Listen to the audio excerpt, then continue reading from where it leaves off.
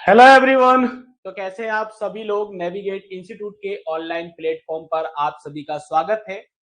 और हमारा जो सब्जेक्ट चल रहा है, हमने जो स्टार्ट किया हुआ है आरसीसी, रेनफोर्स्ड सीमेंट कंक्रीट।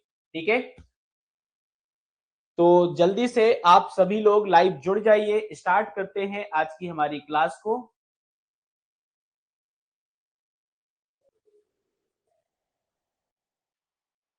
चलो, तो हमने इसके पहले जो क्लास को अटेंड किया था, उस क्लास के अंदर हमने इंट्रोडक्शन वाला जो पार्ट था उसको हमने कंप्लीट किया था, जहां पे हमने प्लेन सीमेंट कंक्रीट को समझा, हमने रेनफोर्स्ड सीमेंट कंक्रीट को समझा, हमने कंक्रीट की फ्रेश स्टेट के अंदर प्रॉपर्टीज को देखा था। ठीक है, आज की जो हमारी क्लास होगी इसके अंदर हम आगे के टॉपिक्स को स्टार्ट करेंगे। ठीक है, चलिए तो बढ़ते हैं आगे। अगर आप सब इंजीनियर एग्जाम की प्रिपरेशन कर रहे हैं या इस प्रिपरेशन के लिए टारगेट कर रहे हैं और आप अपने लिए एक कोर्स देख रहे हैं जो कि आपका कंप्लीट कोर्स हो, तो आप नेविगेट प्राइम ऐप को विजिट कर सकते हैं। हर एक टाइप के आपको कोर्सेज मिल जाएंगे। अगर आपको फास्ट ट्रैक बैच चाहिए तो आपको फास्ट ट्रैक बैच मिल जाएगा। आपको कंप्लीट डिटेल्ड बैच चाहिए तो आपको डिटेल्ड बैच मिल जाएगा। ओनली टेक्निकल का आपको बैच यहाँ पर मिल जाएगा। सिर्फ प्रैक्टिस एंड टेस्ट सीरीज का बैच आपको मिल जाएगा। ठीक है, और नॉन टेक्निकल पार्ट का भी आपको सेपरेट यहाँ पर बैच मिल जाएगा। तो सभी टाइप के बैचेस अवेलेबल हैं। आप नेविगेट प्राइम ऐप को डाउनलोड करें और डेमो लेक्चर्स को देख सकते हैं। मिनिमम प्राइस के अंदर आपको ये कोर्सेज जो है प्रोवाइड किए जा रहे हैं और बेस्ट कंटेंट आपको प्रोवाइड किया जा रहा है आपके एग्जाम ओरिएंट मतलब एग्जाम सिलेबस को देखते हुए। ठीक है, नेक्स्ट, नेविगेट प्राइम ऐप को आपको डाउनलोड करना है। ये आपके सभी प्लेटफॉर्म्स पर अवेलेबल है। As well as offline batches भी अवेलेबल हैं। आप विजिट कर सकते हैं हमारे हेड ऑफिस को, मतलब हमारे ऑफलाइन सेंटर को आप विजिट कर सकते हैं। ठीक है, चलिए, और इसके अलावा भी अगर आप किसी एग्जाम्स की तैयारी कर रहे हैं, लाइक आरआरबी, एसएससी, एमपीपीएससी, ठीक है, टीएसआई, एनएचएम, तो ये सारे कोर्सेज आपको नेविगेट प्राइम ऐप पर अवेलेबल हैं। ठीक है, चलिए, तो आज की जो हमारी क्लास है, आज की क्लास में हम स्टार्ट करने वाले हैं प्रॉपर्टीज ऑफ हार्डन कंक्रीट। ठीक है, हार्ड कंक्रीट की प्रॉपर्टीज के बारे में हम समझेंगे। ठीक है, अच्छा, हार्डन कंक्रीट जो आपका होता है वो हार्डन कंक्रीट क्या होता है? ठीक है, तो हम यहाँ पे ये बोल सकते हैं कि जो फाइनल स्टेज होती है हमारे कंक्रीट मेकिंग प्रोसेस की, ठीक है, कंक्रीट मेकिंग प्रोसेस की जो हमारी फाइनल स्टेज होती है, उसको हम क्या बोलते हैं? उसको हम बोलते हैं, ये फाइनल स्टेज को हम क्या बोलते हैं? इस फाइनल स्टेज को हम बोलते हैं कि हमारा जो कंक्रीट है वो हमारा कंक्रीट क्या हो चुका है? हमारा कंक्रीट हार्ड हो चुका है। ठीक है, हमारा जो कंक्रीट है वो कंक्रीट हमारा क्या हो चुका है? कंक्रीट हमारा हार्ड हो चुका है। तो ये हमारी क्या हो जाएगी? ये हमारी फाइनल स्टेज हो जाएगी। ठीक है, आप इस तरीके से भी बोल सकते हो कि आफ्टर फाइनल सेटिंग टाइम, ठीक है, हमारा जो कंक्रीट होता है इसका जैसे ही फाइनल सेटिंग टाइम आपका कंप्लीट होगा, ठीक है, फाइनल सेटिंग टाइम आपका कंप्लीट होगा, हम कंक्रीट को हार्ड अज्यूम कर लेते हैं कि कंक्रीट जो हमारा है वो हमारा हार्ड हो चुका है। मतलब अब यह सफिशिएंट जो आपका प्रेशर है, या फिर आप डेफिनेशन के बेसिस पे जाओगे तो आप बोल सकते हो इनफाइनाइट प्रेशर को ले सकता है। ठीक है, चलिए, अब हम यहाँ पे प्रॉपर्टीज की बात करें। ठीक है, हम यहाँ पे प्रॉपर्टीज की बात करें कि कौन कौन सी प्रॉपर्टीज जो हैं वो होती हैं हमारे हार्डन कंक्रीट की। ठीक है, तो इन प्रॉपर्टीज की अपन बात कर लेते हैं। ठीक है, तो हमें हार्डन कंक्रीट के अंदर उसकी कंप्रेसिव स्ट्रेंथ को फाइंड आउट करना है। किसको फाइंड आउट करना है? कंप्रेसिव स्ट्रेंथ को फाइंड आउट करना है। ठीक है, और हमें क्या फाइंड आउट करना है? हमें उसकी फ्लेक्सर स्ट्रेंथ को फाइंड आउट करना है और हमें यंग मॉडुलस को फाइंड आउट करना है। ठीक है, तो ये हार्डन प्रॉपर्टीज हमारी होती है। अब कंप्रेशन या कंप्रेसिव स्ट्रेंथ को फाइंड आउट करना है तो इसके लिए हम क्या परफॉर्म करते हैं? इसके लिए हम कंप्रेशन टेस्ट को परफॉर्म करते हैं। ठीक है, फ्लेक्सुरल स्ट्रेंथ अगर हमें फाइंड आउट करना है तो हम इसके लिए फ्लेक्सुरल स्ट्रेंथ टेस्ट को परफॉर्म करेंगे। यंग मॉडुलस की अगर हम बात करें तो इसके लिए हम स्ट्रेस स्ट्रेन रिलेशन का यहाँ पर यूज करते हैं। ठीक है, बढ़ते हैं आगे और आगे अपन डिस्कस करते हैं। ठीक है, डिस्कस करते हैं। तो ये जो टेस्टिंग अभी मैंने आपको बताई है कि हार्डन कंक्रीट जो आपका होता है ये हमारी टेस्टिंग होती है। कंप्रेसिव स्ट्रेंथ हो गया, फ्लेक्सुरल स्ट्रेंथ हो गया और स्ट्रेस स्ट्रेन कर्व आपका हो गया, जिसके बेसिस पर आप यंग मॉडुलस को फाइंड आउट करोगे। बेसिकली जो हार्डन हमारा कंक्रीट होता है, इस पर हम दो तरीके के टेस्ट को अप्लाई करते हैं। क्या करते हैं? इस पर हम दो तरीके के टेस्ट को अप्लाई करते हैं। एक हमारा होता है डिस्ट्रक्टिव टेस्टिंग। डिस्ट्रक्टिव टेस्टिंग का मतलब क्या होता है? डिस्ट्रक्टिव वर्ड का मतलब क्या होता है? इसके अंदर जो स्पेसिमेन आपका होता है, उस स्पेसिमेन को क्या किया जाता है? तोड़ा जाता है। ठीक है, क्या किया जाता है? तोड़ा जाता है। तो डिस्ट्रक्टिव टेस्टिंग की अगर हम बात करें, तो जितनी अभी हमने टेस्टिंग को डिस्कस किया था, ठीक है, जितनी अभी हमने क्या किया था, जितनी अभी हमने टेस्टिंग को डिस्कस किया था, ठीक है, जितनी अभी हमने टेस्टिंग को डिस्कस किया था, कौन कौन सी टेस्टिंग को डिस्कस किया था? हमने बोला था कंप्रेसिव स्ट्रेंथ टेस्ट, हमने फ्लेक्सुरल स्ट्रेंथ बोला था, हमने स्प्लिटिंग टेस्ट बोला, हमने पुल आउट टेस्ट बोला, हमने मॉडुलस ऑफ इलास्टिसिटी बोला। तो ये सभी हमारी डिस्ट्रक्टिव टेस्टिंग कहलाती है, जिसके अंदर सैंपल को तोड़ा जाएगा। ठीक है, सेकंड आपका नॉन डिस्ट्रक्टिव टेस्टिंग होता है, मतलब कि इसके अंदर हम सैंपल को जो है तोड़ते नहीं। क्या नहीं करते? हम तोड़ते नहीं है। इन शॉर्ट अगर मैं बात करूं तो इसको हम एनडीटी टेस्टिंग बोलते हैं, नॉन डिस्ट्रक्टिव टेस्टिंग। क्या बोलते हैं? इसको हम नॉन डिस्ट्रक्टिव टेस्टिंग बोलते हैं। और नॉन डिस्ट्रक्टिव टेस्टिंग की अगर मैं बात करूं तो इसके अंदर क्या क्या चीजें आपकी आ जाएंगी, जैसे ultrasonic pulse velocity test, rebound hammer test आपका आ जाएगा, इलेक्ट्रिकल रेजिस्टिविटी टेस्ट आपका आ जाएगा, अदर कोरोजन स्टडीज आपकी आ जाएंगी। और ये सारे टेस्ट जो हैं, ये हम कहाँ पे पढ़ेंगे? इनको हम पढ़ेंगे कंक्रीट टेक्नोलॉजी, जो हमारा सब्जेक्ट है। हम जब कंक्रीट टेक्नोलॉजी जब हम कंक्रीट टेक्नोलॉजी सब्जेक्ट को पढ़ेंगे तो वहां पे हम इनको डिटेल्ड में डिस्कस करेंगे। ठीक है, इन टेस्ट को। बाकी अभी आरसीसी के अंदर हम इन टेस्ट को क्या करने वाले हैं? डिटेल्ड में डिस्कस करने वाले हैं। ठीक है, आई बात समझ में? क्लियर? चलिए, तो बात करते हैं अपन अब यहाँ पर कंप्रेसिव स्ट्रेंथ की। किसकी बात करते हैं? हम बात करते हैं कंप्रेसिव स्ट्रेंथ की। कंप्रेसिव स्ट्रेंथ की अगर हम बात करें तो कंप्रेसिव स्ट्रेंथ हमारी होती क्या है? ठीक है, मतलब आप समझ रहे हो कि अगर हमारा जो कंक्रीट है, कंक्रीट के ऊपर, मतलब कंक्रीट की जो सरफेस है, उस सरफेस के ऊपर अगर हम लोड को अप्लाई करते हैं, तो हमारे कंक्रीट के अंदर मान लो कि क्रैक या डिफॉर्मेशन जनरेट नहीं होता है, ना तो क्रैक्स आता है ना कोई डिफॉर्मेशन आता है। तो जो इसकी ये कैपेसिटी कहलाती है ना, उसको हम कंप्रेसिव कैपेसिटी बोलते हैं या कंप्रेसिव स्ट्रेंथ बोलते हैं। ठीक है, तो अगर हम थ्रू द डेफिनेशन के हिसाब से समझे तो हम क्या बोलेंगे? Compressive strength is the capacity of the concrete to withstand applied load on its surface without exhibiting crack and deformation। ठीक है, तो ये चीज आपको यहाँ पे समझना है कि भैया बिना क्रैक के अगर आपका जो कंक्रीट है वो सस्टेन्ड है, ठीक है, मतलब उस पर कोई क्रैक्स वगैरह डेवलप नहीं हुए हैं, ठीक है, तो आपका क्या होगा? वो उसकी कंक्रीट की कंप्रेसिव स्ट्रेंथ कहलाएगी। अच्छा, अप्लाइड लोड जो यहाँ पे रहेगा, वो हमारा अप्लाइड लोड, जो हमारा यहाँ पर अप्लाइड लोड रहने वाला है, जो हमारा क्या रहेगा? अप्लाइड लोड रहेगा, वो हमारा कैसा होगा? कंप्रेसिव नेचर का। वो हमारा क्या होगा? वो हमारा कंप्रेसिव लोड होगा। कौन सा लोड होगा? वो हमारा कंप्रेसिव लोड होगा। ठीक है, तो हम कंप्रेसिव स्ट्रेंथ को फाइंड आउट कैसे करेंगे? तो कंप्रेसिव स्ट्रेंथ को अगर हमें फाइंड आउट करना है तो इसका फॉर्मूला आपको ये याद रखना है। ठीक है, क्या होता है? जिस लोड पर हमारा कंक्रीट फेल होता है, उस लोड को हम क्रॉस सेक्शनल एरिया, हम क्या करेंगे? हम क्रॉस सेक्शनल एरिया से डिवाइड कर देंगे। क्या करेंगे? क्रॉस सेक्शनल एरिया से डिवाइड कर देंगे, तो उसका जो कंप्रेसिव स्ट्रेंथ है, वो कंप्रेसिव स्ट्रेंथ आप यहाँ पे क्या कर लोगे? कंप्रेसिव स्ट्रेंथ आप फाइंड आउट कर लोगे। ठीक है, आगे बढ़ते हैं कि अब हमें जो कंप्रेसिव स्ट्रेंथ फाइंड आउट करना है, अभी तो हमने फॉर्मूला देखा था, ठीक है, हमें ये देखना है कि किस तरीके से हम कंक्रीट की कंप्रेसिव स्ट्रेंथ निकालते हैं।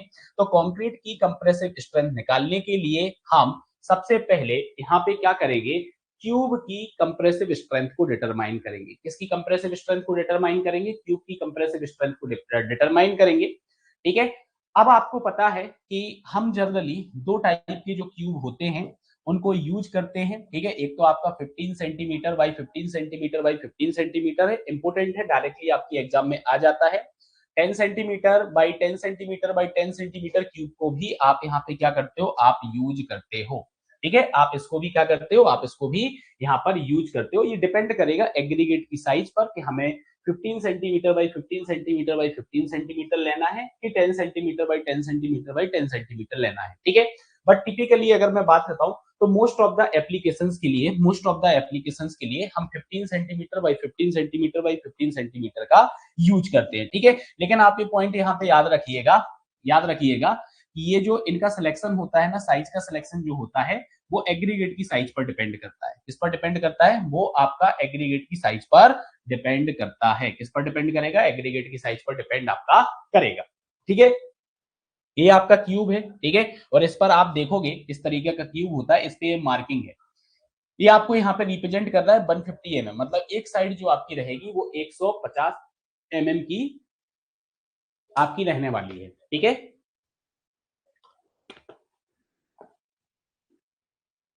और इसके अंदर जो आपका मोल्ड बनने वाला है वो आपका 150 mm by 150 mm by 150 mm का आपका बनेगा। ठीक है, इसका जो सरफेस का एरिया आपका रहेगा, क्योंकि आप यहाँ पे देखो, यहाँ पे आपको क्या करना था, क्रॉस सेक्शनल एरिया से डिवाइड करना था, तो एरिया आपका क्या हो जाएगा, L इंटू बी हो जाएगा, मतलब 150 बाई 150 हो जाएगा। तो ये आपका यहाँ पर निकल कर आ जाएगा स्क्वायर mm में, कितना स्क्वायर mm आपका एरिया यहाँ पर आ रहा है। ठीक है, तो ये आप यहाँ पे देखोगे तो ये आपका यहाँ पे क्यूब जो है, क्यूब आपका बन के रेडी हो जाएगा। इस तरीके से आपका क्या हो जाएगा, क्यूब आपका बन के रेडी हो जाएगा। ठीक है, तो ये आपका क्या हो गया, सैंपल आपका हो गया। अब ये जो सैंपल आपका हुआ है, सिंपली समझिएगा, आपने क्या किया होगा, इसके ऊपर कंक्रीट, मतलब इसके अंदर आपने कंक्रीट को पोर किया होगा, कंक्रीट को भरा होगा। तो अब आपको पता है कि ये वाला जो फेस है, ठीक है, इसको अपन क्या बोलेंगे, जो क्यूब हमें मिलेगा ना, तो आप यहां पे क्या बोलोगे, फेस टच इन मोल्ड। ठीक है, इसके अंदर जो ये वाला फेस निकल के आएगा वो मोल्ड के साथ टच हो रहा है, सेम इसके लिए भी हो जाएगा, सेम इसके लिए भी हो जाएगा, सेम इसके लिए हो जाएगा। जो टॉप सरफेस आपकी होगी, ये टॉप सरफेस आपकी क्या होगी, मैनुअली फिनिश होगी। ठीक है, ये आपका क्या रहेगा, ये आपका यहाँ पे टॉप सरफेस बनेगा। ठीक है, समझिएगा इस चीज को, ये आपका क्या निकल कर आएगा, टॉप सरफेस आपका बनेगा। और ये टॉप सरफेस जो आपका होगा, ये टॉप सरफेस हम क्या करेंगे, ये टॉप सरफेस हमारा मैनुअली फिनिश होता है। क्या होता है, मैनुअली फिनिश होता है। अब मैनुअली फिनिश होने के कारण होता क्या है, इस सरफेस के ऊपर अंडुलेशंस आपको देखने को मिलेंगे। इस सरफेस के ऊपर क्या देखने को मिलेंगे, इस सरफेस के ऊपर आपको अंडुलेशन देखने को मिलेंगे। तो वो अंडुलेशंस आपको ना दिखाई दे, इसके लिए हम क्या करते हैं, इसके लिए कैपिंग की जाती है। इसके लिए क्या की जाती है, इसके लिए कैपिंग की जाती है। और कैपिंग आपका क्या होता है, कैपिंग ये होता है कि जो टॉप सरफेस आपकी होती है, टॉप सरफेस ड्यूरिंग कास्टिंग जो आपका होता है, ये आपका ऊपर वाला हो गया। ठीक है, और आप इसको ऐसा बोल सकते हो कि ये आपका कैसा है, मैनुअली फिनिश है। ये आपका क्या है, ये आपका मैनुअली फिनिश है। अब मैनुअली फिनिश होने की वजह से हम क्या करेंगे, मैनुअली फिनिश होने की वजह से हम क्या करेंगे, हम यहाँ पे करेंगे कैपिंग। ठीक है, हमें क्या करना पड़ेगा, हमें यहाँ पे कैपिंग करना पड़ेगा। कैपिंग का मतलब होता है कि जो नीट सीमेंट का आपका पेस्ट होता है, उस नीट सीमेंट के पेस्ट से आप इस सरफेस को क्या करोगे, इस सरफेस को आप फिनिश कर दोगे। क्या कर दोगे, इस सरफेस को आप फिनिश यहाँ पर कर दोगे। इस सरफेस को क्या कर दोगे, इस सरफेस को आप फिनिश कर दोगे। ठीक है, तो कैपिंग जो आपका होता है, कैपिंग जो आपका होता है, इसको कैसे डन किया जाता है, इसको डन किया जाता है नीट सीमेंट पेस्ट की हेल्प से। ठीक है, और थिकनेस जो आपकी रहेगी इसकी वो 1.5 mm to 1.5 mm to 3 mm, ये आपकी क्या रहने वाली है, ये आपकी थिकनेस रहने वाली है। ये आपकी क्या रहने वाली है, ये आपकी थिकनेस रहने वाली है। ये आपकी क्या रहने वाली है, आपकी थिकनेस रहने वाली है। अच्छा, एक और चीज याद रखना, ये जो कैपिंग आपकी होती है, एक कैपिंग हम 2 से 4 घंटे की बात करते हैं। ठीक है, जब हमारी कास्टिंग जो हमने की है ना क्यूब की, तो कास्टिंग के 2 to 4 आवर्स के बाद हम क्या करेंगे, इस कैपिंग को यहाँ पर करेंगे। ठीक है, क्या करेंगे, इस कैपिंग को हम यहाँ पर करेंगे। ठीक है, सिंपली अब क्यूब को आपने इसके अंदर, मतलब इसके अंदर फिल कर दिया, 24 घंटे के बाद आप इसको अलग करोगे। ठीक है, तो ये आप यहाँ पे देखो, ये जो आपको मिला, तो ये आपको कब मिलेगा, आफ्टर 24 आवर्स। ये आपको कब मिलेगा? आफ्टर 24 आवर्स आपको मिलेगा, 24 घंटे के बाद आपको मिलेगा। आपको इसको क्या करना है? क्यूरिंग, वाटर से आपको इसको क्यूरिंग करना है, ठीक है? क्या करना है? क्यूरिंग आपको यहाँ पर करना है, ठीक है? अब समझिएगा, अब यहाँ पे क्या होता है कि 28 दिनों की क्यूरिंग पीरियड के बाद, 28 डेज के क्यूरिंग पीरियड के बाद हम इसको यूनिवर्सल टेस्टिंग मशीन के अंदर, यूनिवर्सल टेस्टिंग मशीन के अंदर हम इसको प्लेस करेंगे। जैसे आप यहाँ पे देख सकते हो कि ये जो मशीन आपकी होती है, ये आपकी कंप्रेशन टेस्टिंग मशीन होती है, इसको बोला जाता है सीटीएम। ये आपका क्या है? सीटीएम है, ठीक है? तो सीटीएम के अंदर हमें क्या करना है? हमें क्यूब की टेस्टिंग करना है। आप यहाँ पे देख सकते हो, ये यहाँ पे क्यूब का प्लेसमेंट किया गया है। ये क्या किया गया है? यहाँ पे क्यूब जो आपका है, इस क्यूब का प्लेसमेंट यहाँ पर किया गया है, ठीक है? क्या किया गया है? क्यूब का आपका प्लेसमेंट यहाँ पर किया गया है, ठीक है? अब आप यहाँ पे देख रहे होगे कि ऊपर आपकी क्या है? ये आपकी प्लेट है, स्टील प्लेट आपकी रहेगी। इसको क्या बोलते हैं? ये आपकी स्टील प्लेट है। ये आपका क्या है? ये आपका स्टील प्लेट है, ठीक है? और आप यहाँ बॉटम में भी देखोगे तो ये भी आपका क्या हो जाएगा? ये भी आपका स्टील प्लेट हो जाएगा। ये भी आपका क्या हो जाएगा?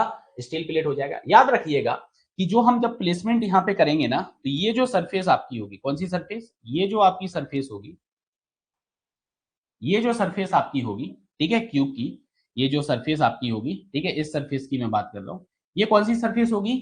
फेस टच इन मोल्ड, ठीक है? हम उस तरफ से प्लेसमेंट यहां पे करने वाले हैं, उस तरफ से हम यहां पे प्लेसमेंट करने वाले हैं जो सरफेस हमारी फेस के मोल्ड के फेस से हमारी जो क्या होगी? टच होगी, ठीक है? इतनी बात आई आपको समझ में, ठीक है? इतनी बात आपको समझ में आ रही है? तो ये जो हमारी सरफेस यहाँ पे होगी, ये हमारी फेस टच एंड मोल्ड वाली सरफेस यहाँ पे आ जाएगी, ठीक है? इस तरीके से आपको क्या करना है? प्लेस करना है। अब क्या करोगे? अब आप इसके ऊपर लोडिंग अप्लाई करोगे। ये जो लोड आपका यहाँ पे अप्लाई होगा, ये जो लोड आपका यहाँ पे अप्लाई होगा, ये लोड आपको क्या करना है? ये लोड आपको इसके ऊपर अप्लाई करना है, ठीक है? तो अब आप यहाँ पे एक चीज नोटिस करिएगा, एक चीज आप यहाँ पे नोटिस करिएगा। क्या नोटिस करना है? कि भैया ये जो मशीन है, इस मशीन के द्वारा, इस मशीन के द्वारा इस पर क्या किया जा रहा है? इस मशीन के द्वारा इस पर, इस प्लेट के थ्रू आपका लोड आ रहा है। क्या आ रहा है? आपका लोड आ रहा है। अब ये जो लोड इसके ऊपर लग रहा है, ये जो लोड इसके ऊपर लग रहा है, ये आपका कितना लग रहा है? 140 किलोग्राम पर सेंटीमीटर स्क्वायर पर मिनट, ठीक है? एक मिनट में 140 किलोग्राम पर सेंटीमीटर स्क्वायर पर हम ग्रेजुअली इस लोड को क्या कर रहे हैं? इसके ऊपर अप्लाई कर रहे हैं। ये जो लोड आपका यहाँ पे अप्लाई हो रहा है, तो इसकी वजह से एक लोड आपको मिलेगा, जिस लोड पर इस तरीके से आपको क्या देखने को मिलेगा? इस तरीके से आपको जो है, इस तरीके से आपका जो है, आपको क्या देखने को मिलेगा? क्रैक आपको देखने को मिलेगा। क्या देखने को मिलेगा? इस तरीके से आपको क्रैक देखने को मिलेगा। तो आपको यहाँ पे क्या करना है? आपको यहाँ पे क्या करना है? इस फेल्यूअर लोड को फाइंड आउट देखना है, ठीक है? ये आपका क्या निकल के आएगा? आपको यहाँ पर इस फेल्यूअर लोड को ले लेना है। ये जो फेल्यूअर लोड आएगा, इस फेल्यूअर लोड को आप क्या करोगे? इस फेल्यूअर लोड को आप क्रॉस सेक्शनल एरिया से डिवाइड कर दोगे तो आपको कंप्रेसिव स्ट्रेंथ मिल जाएगी। क्या मिल जाएगी? कंप्रेसिव स्ट्रेंथ आपको मिल जाएगी, ठीक है? आई बात समझ में? तो इस तरीके से हम कंप्रेसिव स्ट्रेंथ को फाइंड आउट करते हैं, ठीक है? याद रखिएगा एक पॉइंट आप यहाँ पर क्या याद रखोगे कि भैया यूनिएक्सियल लोडिंग आपकी यहाँ पे रहेगी। क्या रहेगी आपकी? यूनिएक्सियल लोडिंग आपकी रहेगी।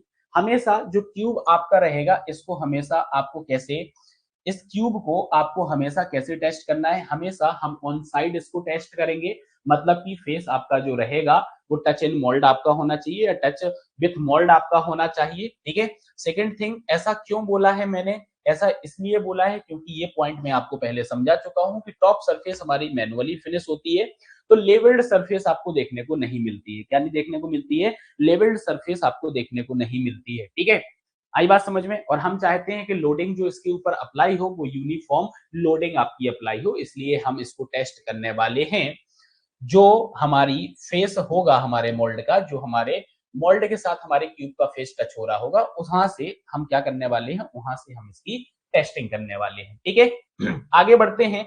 ये प्रोसीजर मैं आपको ऑलरेडी समझा चुका हूं, पूरी की पूरी प्रोसीजर मैंने आपको समझा दी है कि क्या इसकी प्रोसीजर आपकी रहने वाली है। ठीक है, ये प्रोसीजर आप एक बार देख लीजिएगा। ठीक है, बाकी मैंने आपको पूरी ओरल आपको समझा दिया है। ठीक है, आई बात समझ में? चलो, हम डायमेंशन, एक पॉइंट यहाँ पे याद रख लीजिएगा कि जो हमारा स्पेसिमेन होता है उसकी डायमेंशन की अगर मेजरमेंट की हम बात करें तो उसका जो डायमेंशन है हम नियरेस्ट 0.2 mm तक क्या कर सकते हैं, मेजर यहाँ पर कर सकते हैं। ठीक है, क्लियर यहाँ तक? ठीक है, यहाँ तक की बात क्लियर है। लोड की मैंने आपको बात की थी, लोड मैंने आपको बता दिया है कि कितना हम यहाँ पर लोडिंग जो है वो अप्लाई करते हैं, 140 केजी पर सेंटीमीटर स्क्वायर पर मिनट। कब तक लगाना है? जब तक कि हमारा स्पेसिमेन फेल नहीं हो जाता है। ठीक है, तो ये पॉइंट मैं आपको ऑलरेडी बता चुका हूँ, इसके अंदर भी मैंने मार्क कर दिया है, ये आपको यहाँ पर याद रखना है।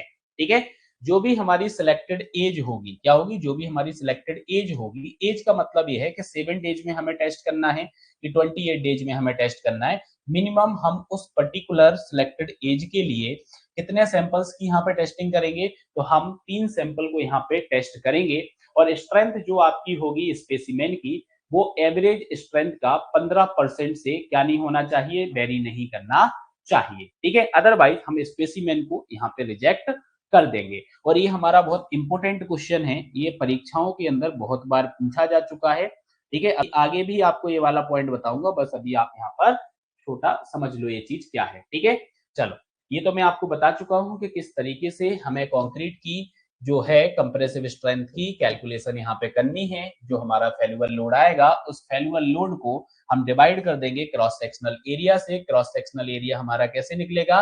लेंथ इंटू विड्थ निकलेगी, मतलब 150 इंटू 150 आप कर दोगे, या फिर सेंटीमीटर में आप ले रहे हो तो आप 15 इंटू 15 आप यहाँ पर कर दोगे। ठीक है, तो आप 7 डेज के लिए और आप 28 डेज के लिए यहाँ पे कंप्रेसिव स्ट्रेंथ को क्या कर सकते हो, कैलकुलेट कर सकते हो। ठीक है, आगे बात करें तो वेरियस एज पीरियड के लिए जब हमने डिफरेंट डिफरेंट क्यूब को बनाया और उन पर हमने टेस्टिंग की तो हमें क्या रिजल्ट यहाँ पे मिला? उन रिजल्ट की अगर हम बात करें तो आप यहाँ पे देखिए, ये आपकी एज लिखी हुई है और एज में हमने देखा कि एक दिन में कंक्रीट की कितनी स्ट्रेंथ आती है, 3 दिन में कंक्रीट की कितनी स्ट्रेंथ आती है, 7 डेज में कितनी स्ट्रेंथ आएगी, 14 डेज में कितनी स्ट्रेंथ आएगी एंड 28 डेज में कितनी स्ट्रेंथ आएगी। ठीक है, तो कंक्रीट जो आपका होता है एक दिन के अंदर 16% स्ट्रेंथ को अटेन करता है। कितना करता है? हाँ जी, कितना करता है?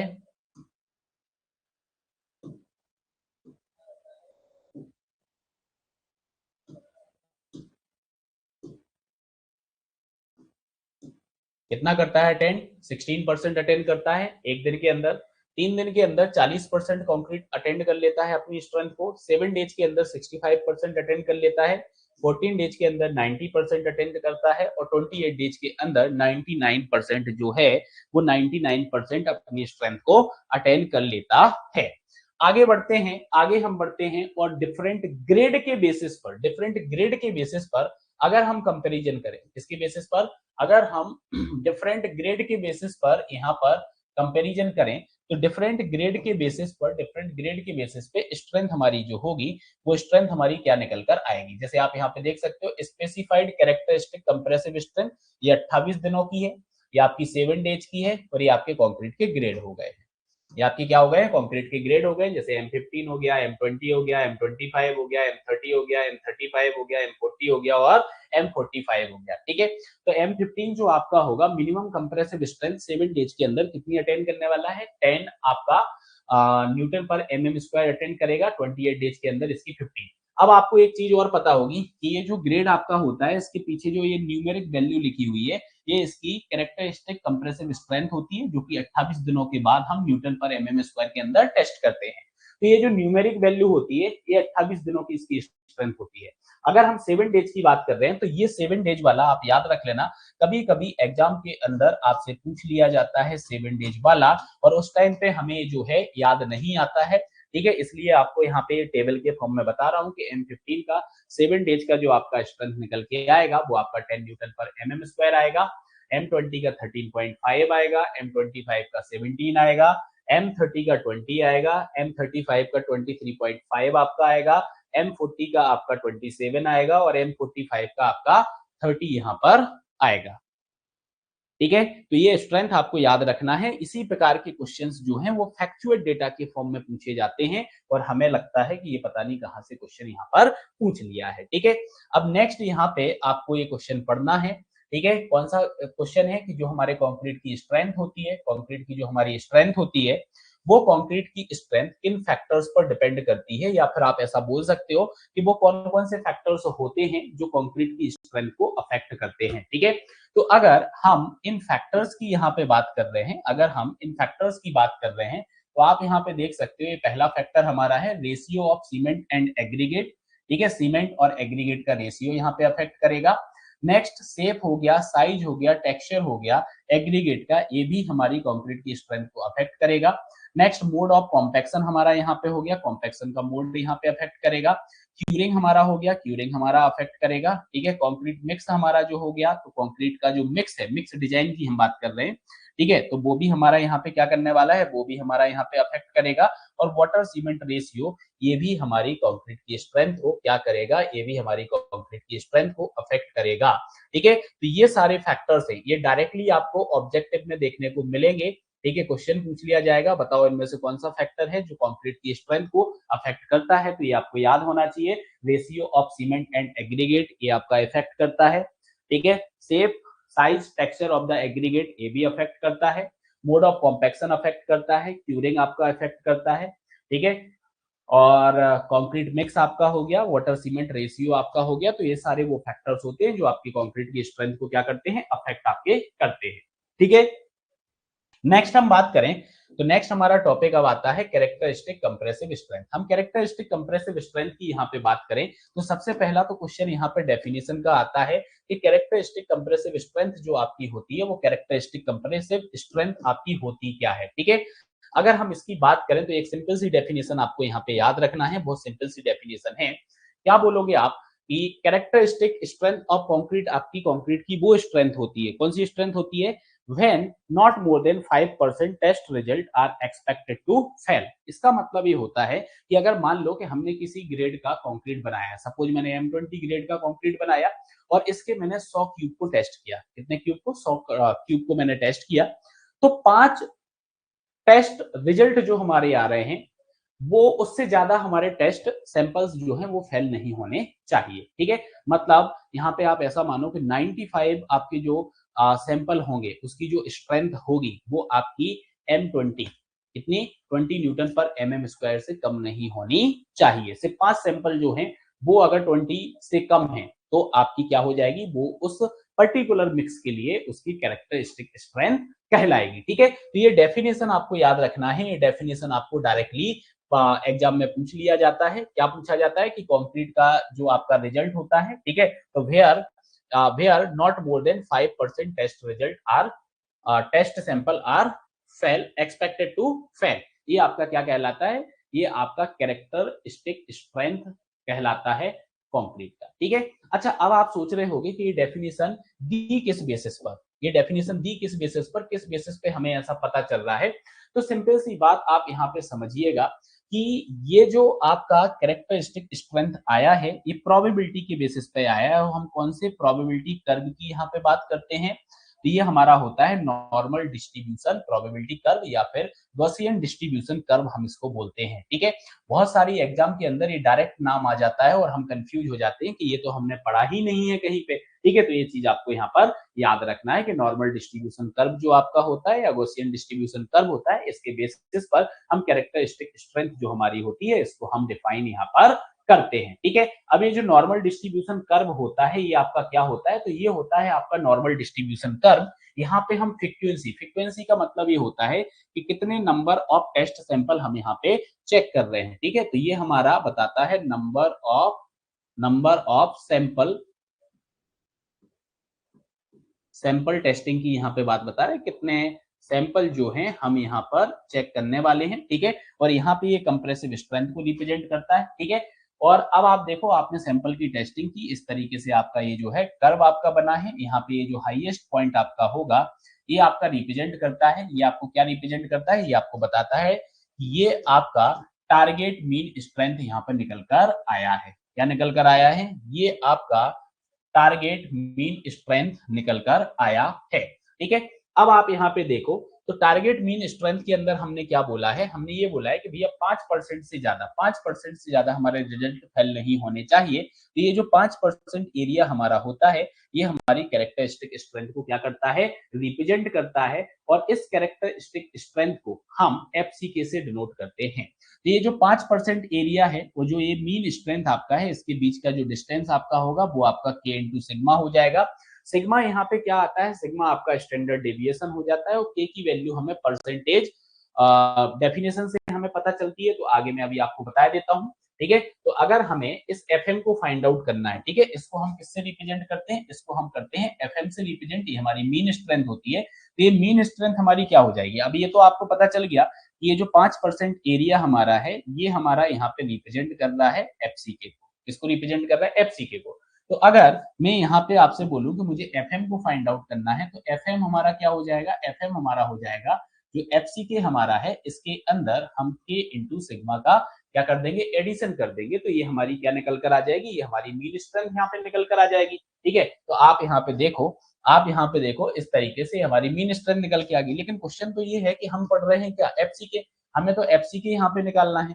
तो एफसीके कैसे निकलेगा? एफसीके निकालने के लिए ये वाली जो टर्म है, इस टर्म को हम कहाँ ले जाएंगे? इस टर्म को हम यहाँ ले जाएंगे। तो एफएम माइनस के इंटू सिग्मा हमारा यहाँ पर हो जाएगा।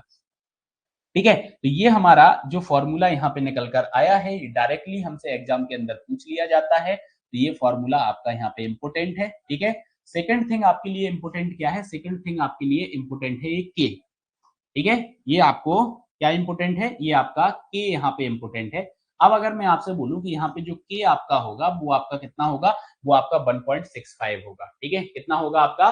के जो आपका होगा वो 1.65 होगा। अब आप बोलोगे कि सर 1.65 कैसे आया? तो भैया 1.65 आया आपका ये 5% डेफिनेशन से। ठीक है, इसने क्या बोला था कि 5% से ज्यादा आपके टेस्ट सैंपल फेल नहीं होने चाहिए। तो 5% 5% ऑफ डेफिनेशन से हमारी के की वैल्यू जो निकल के आई वो हमारी 1.65 हमारी निकल के आई। ये जो आपका होता है, ये जो आपका होता है यहाँ पे आपका क्या कहलाता है? ये आपका एक कांस्टेंट कहलाता है। ठीक है, जो कि हमारा किस पर डिपेंड करेगा? जो कि हमारा परसेंट ऑफ डेफिनेशन पर डिपेंड करता है। सिग्मा जो हमारा यहाँ पे होता है, सिग्मा हमारा स्टैंडर्ड डेविएशन यहाँ पर होता है। आगे बढ़ते हैं, तो डेफिनेशन की जो मैं यहाँ पे बार बार बात कर रहा हूँ, तो परसेंट ऑफ डेफिनेशन के बेसिस पे आप आईएएस कोड को ओपन करोगे ना, तो आईएएस कोड के अंदर आपको ये वैल्यू यहाँ पर जो है देखने को मिल जाएगी। क्या आपको देखने को मिलेगा? देखिए, परसेंट ऑफ डेफिनेशन आपका है 0%। तो के की वैल्यू जो आपकी रहेगी वो आपकी कितनी हो जाएगी? के की वैल्यू आपकी यहाँ पर सिग्मा हो जाएगी, सॉरी इन्फिनिटी आपकी हो जाएगी। ठीक है, क्या हो जाएगी आपकी? ये इन्फिनिटी आपकी हो जाएगी। 5% पर वैल्यू कितनी हो जाती है? 1.65 हो जाती है। और 50% पर जो आपकी वैल्यू होती है वो आपकी यहाँ पे क्या हो जाएगी? वो आपकी यहाँ पर 0 हो जाएगी। ठीक है, तो अभी हम कैरेक्टरिस्टिक कंप्रेसिव स्ट्रेंथ की बात कर रहे हैं। तो इसके लिए आपका जो है वो आपका वैल्यू कितना हो जाएगा? इसके लिए आपका वैल्यू ये हो जाएगा। तो ये आपको यहाँ पर जो है याद रखना है। ठीक है, ये वैल्यू आपको यहाँ पर याद रखनी है। ठीक है, ये 5% ऑफ डेफिनेशन। तो 5% ऑफ डेफिनेशन की बेसिस पे जब हमारे पास के की वैल्यू निकल कर आ गई है, तो हम यहाँ पर एफसीके जो है, एफसीके को हम कितना लिखेंगे? एफसीके हमारा हो जाएगा एफएम माइनस 1.65 इंटू सिग्मा। ये हमारा यहाँ पे क्या हो जाएगा? ये हमारा यहाँ पर निकल कर आ जाएगा एफसीके। ठीक है, आई बात समझ में यहाँ पे? चलिए चलिए, यहाँ तक आपको बात समझ में आ गई है। अब अगला क्वेश्चन हमारा यहाँ पे ये आता है कि टारगेट मीन स्ट्रेंथ जो हमारी होती है, क्या होती है हमारी? टारगेट मीन स्ट्रेंथ जो हमारी होती है, इसको हम कैसे फाइंड आउट करेंगे? इसको हम कैसे फाइंड आउट करेंगे? तो इसको फाइंड आउट अगर हमें करना है, तो आपको पता है कि ये आपका एफएम होता है। एफएम हमें यहाँ पे फाइंड आउट करना है। कैसे निकालेंगे? तो हमने नंबर ऑफ टेस्ट सैंपल को यहाँ पे क्या किया होगा? नंबर ऑफ टेस्ट सैंपल को हमने जो है टेस्ट किया होगा। तो हमने क्या किया? हर एक सैंपल की यहाँ पे स्ट्रेंथ का सबमिशन कर दिया और टोटल नंबर ऑफ सैंपल से हमने क्या कर दिया? डिवाइड कर दिया। ठीक है, तो ये m जो आपका है, m जो आपका है, ये आपका यहाँ पे क्या हो जाएगा? ये m आपका नंबर ऑफ सैंपल हो जाएगा। m आपको क्या बता रहा होगा? m आपको यहाँ पे बता रहा होगा नंबर ऑफ सैंपल। किसको बता रहा होगा? ये आपको बता रहा है नंबर ऑफ सैंपल। ये आपको क्या बता रहा है, ये आपको बता रहा है, ये आपको क्या बता रहा है, यह आपको नंबर ऑफ सैंपल बता रहा है। ये क्या बता रहा है आपको, ये आपको नंबर ऑफ सैंपल बता रहा है, ठीक है।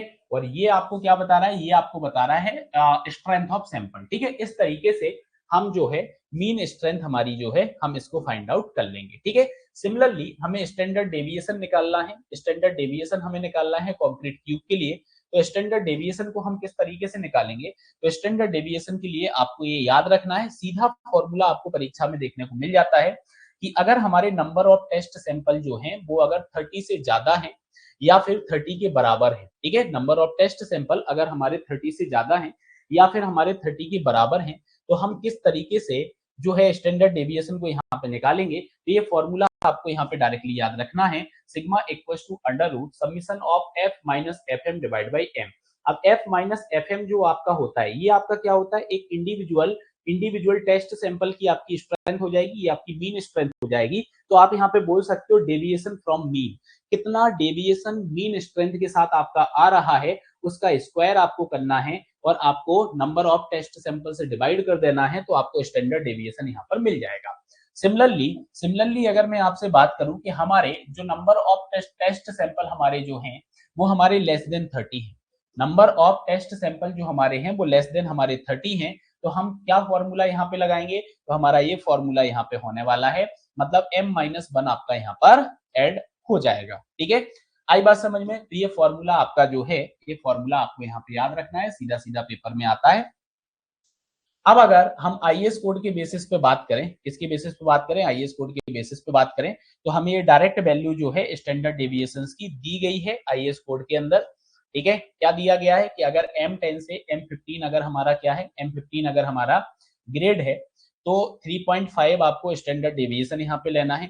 M20 से M25 के अगर आपके ग्रेड हैं तो आपको जो यहाँ पे लेना है वो आपको 4.0 लेना है, ठीक है। स्टैंडर्ड डेविएशन जो आपका रहेगा, अगर हम बात करें कि M30 और M50 आपका ग्रेड है तो आपको यहाँ पर जो है 5.0 आपको यहाँ पर वैल्यू लेना है, ठीक है।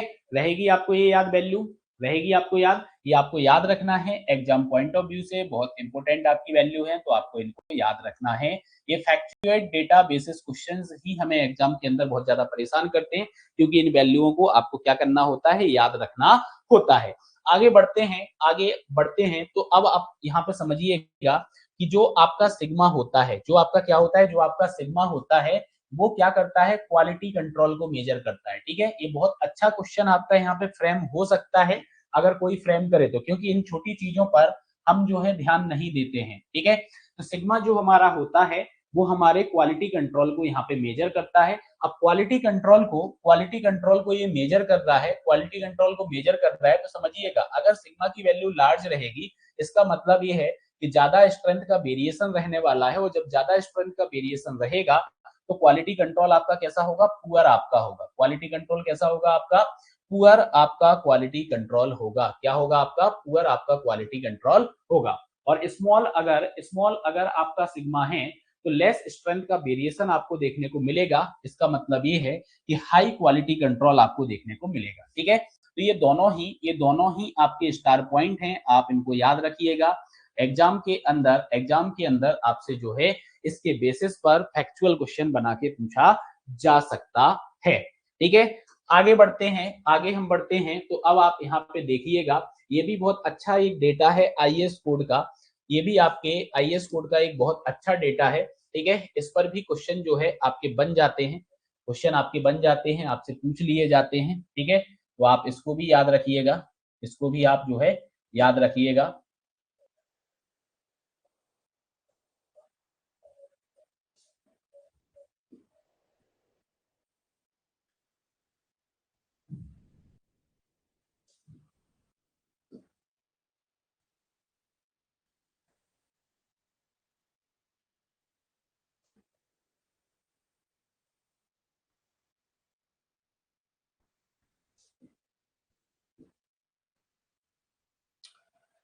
एक और चीज आपको याद रखना है कि जितना हम डेली क्लासेस के अंदर पढ़ रहे हैं उसको डेली बेसिस पे आपको रिवाइज करना है, डेली बेसिस पे आपको रिवाइज करना है, ठीक है। कल के लिए आपको चीजों को नहीं छोड़ना है, ठीक है, क्योंकि कल हम और कुछ भी पढ़ेंगे तो वो भी आपको याद रखना है, ठीक है। तो कल के लिए कोई भी चीजें नहीं छोड़ना है, डेली बेसिस पे आपको यहाँ पे पढ़ते रहना है, ऑब्जेक्टिव भी आपको डेली बेसिस पर लगाना है, ठीक है। आईएएस कोड यहाँ पे क्या बोलता है, cube sample, number of cube sample की बात कर रहे हैं कि अगर मान लो कंक्रीट की क्वांटिटी मीटर क्यूब में, अगर 1 से 5 मीटर क्यूब की आपकी कंक्रीट की क्वांटिटी है तो नंबर ऑफ सैंपल आपको 1 बनाना है।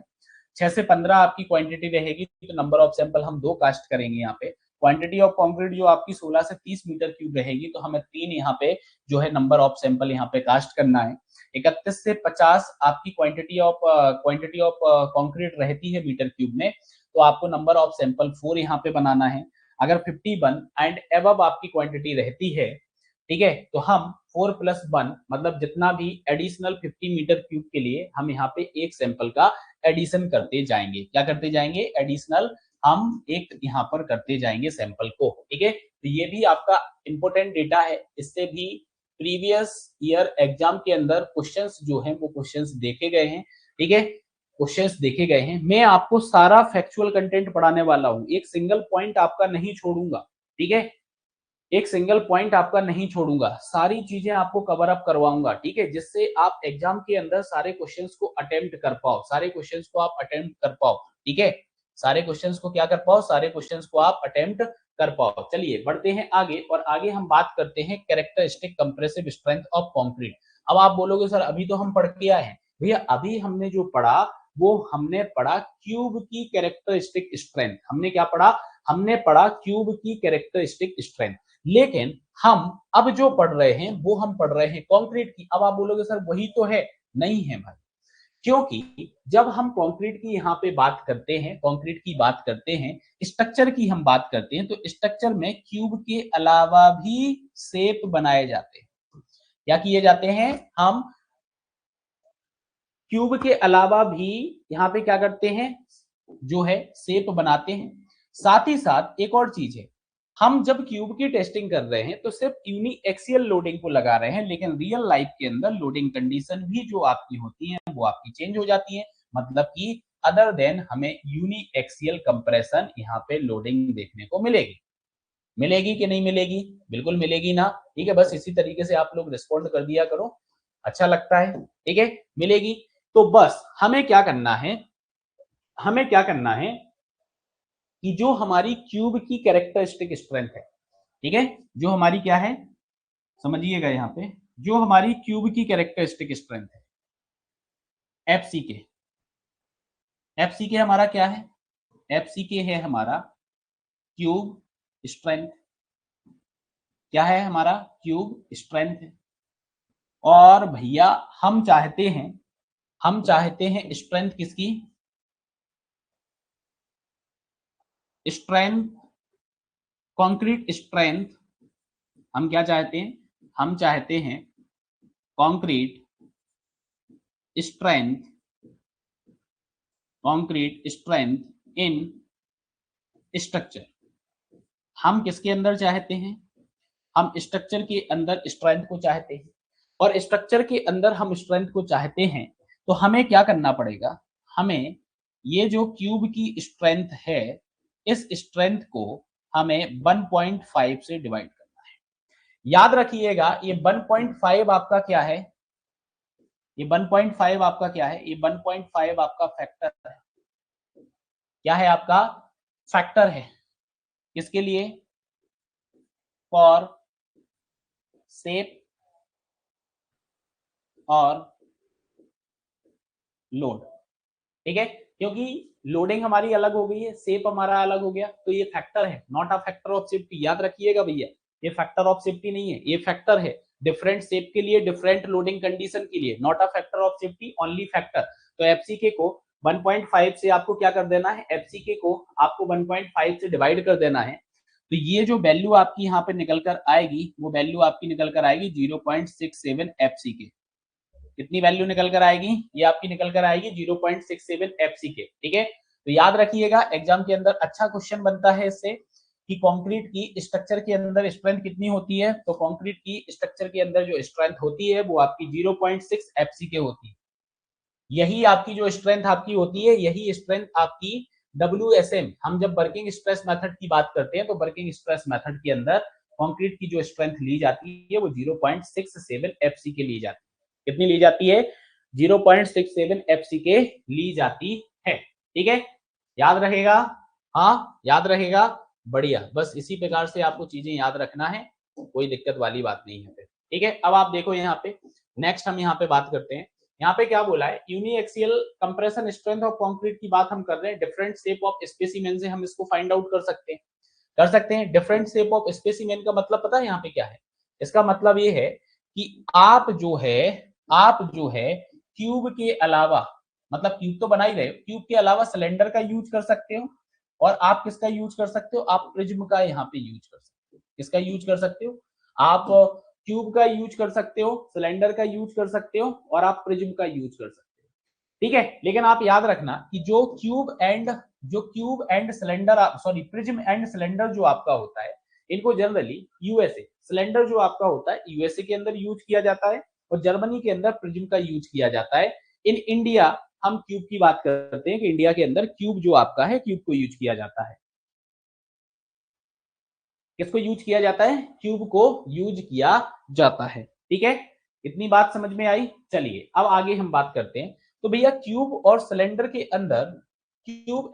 के अंदर स्ट्रेंथ का अगर हम कंपैरिजन करें, किसका कंपैरिजन करें? स्ट्रेंथ का अगर हम कंपैरिजन करें तो स्ट्रेंथ का कंपैरिजन क्या आएगा? आप देखो यहाँ पे इस तरीके से, किसकी स्ट्रेंथ जो है हमें ज्यादा देखने को मिलेगी, किसकी स्ट्रेंथ हमें कम देखने को मिलेगी। ठीक है, एक चीज याद रखना, क्यू जो आपका होता है ये आपको मोस्ट अप्रोप्रिएट रिजल्ट देता है।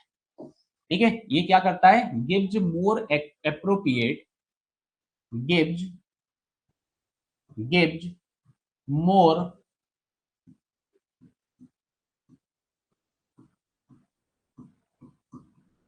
अप्रोप्रिएट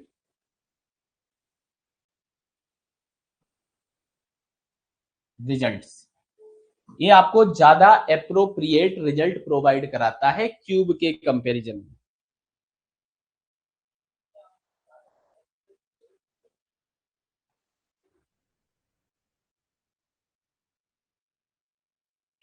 ठीक है, अब आओ समझते हैं यहाँ पे ऐसा क्यों हो रहा है।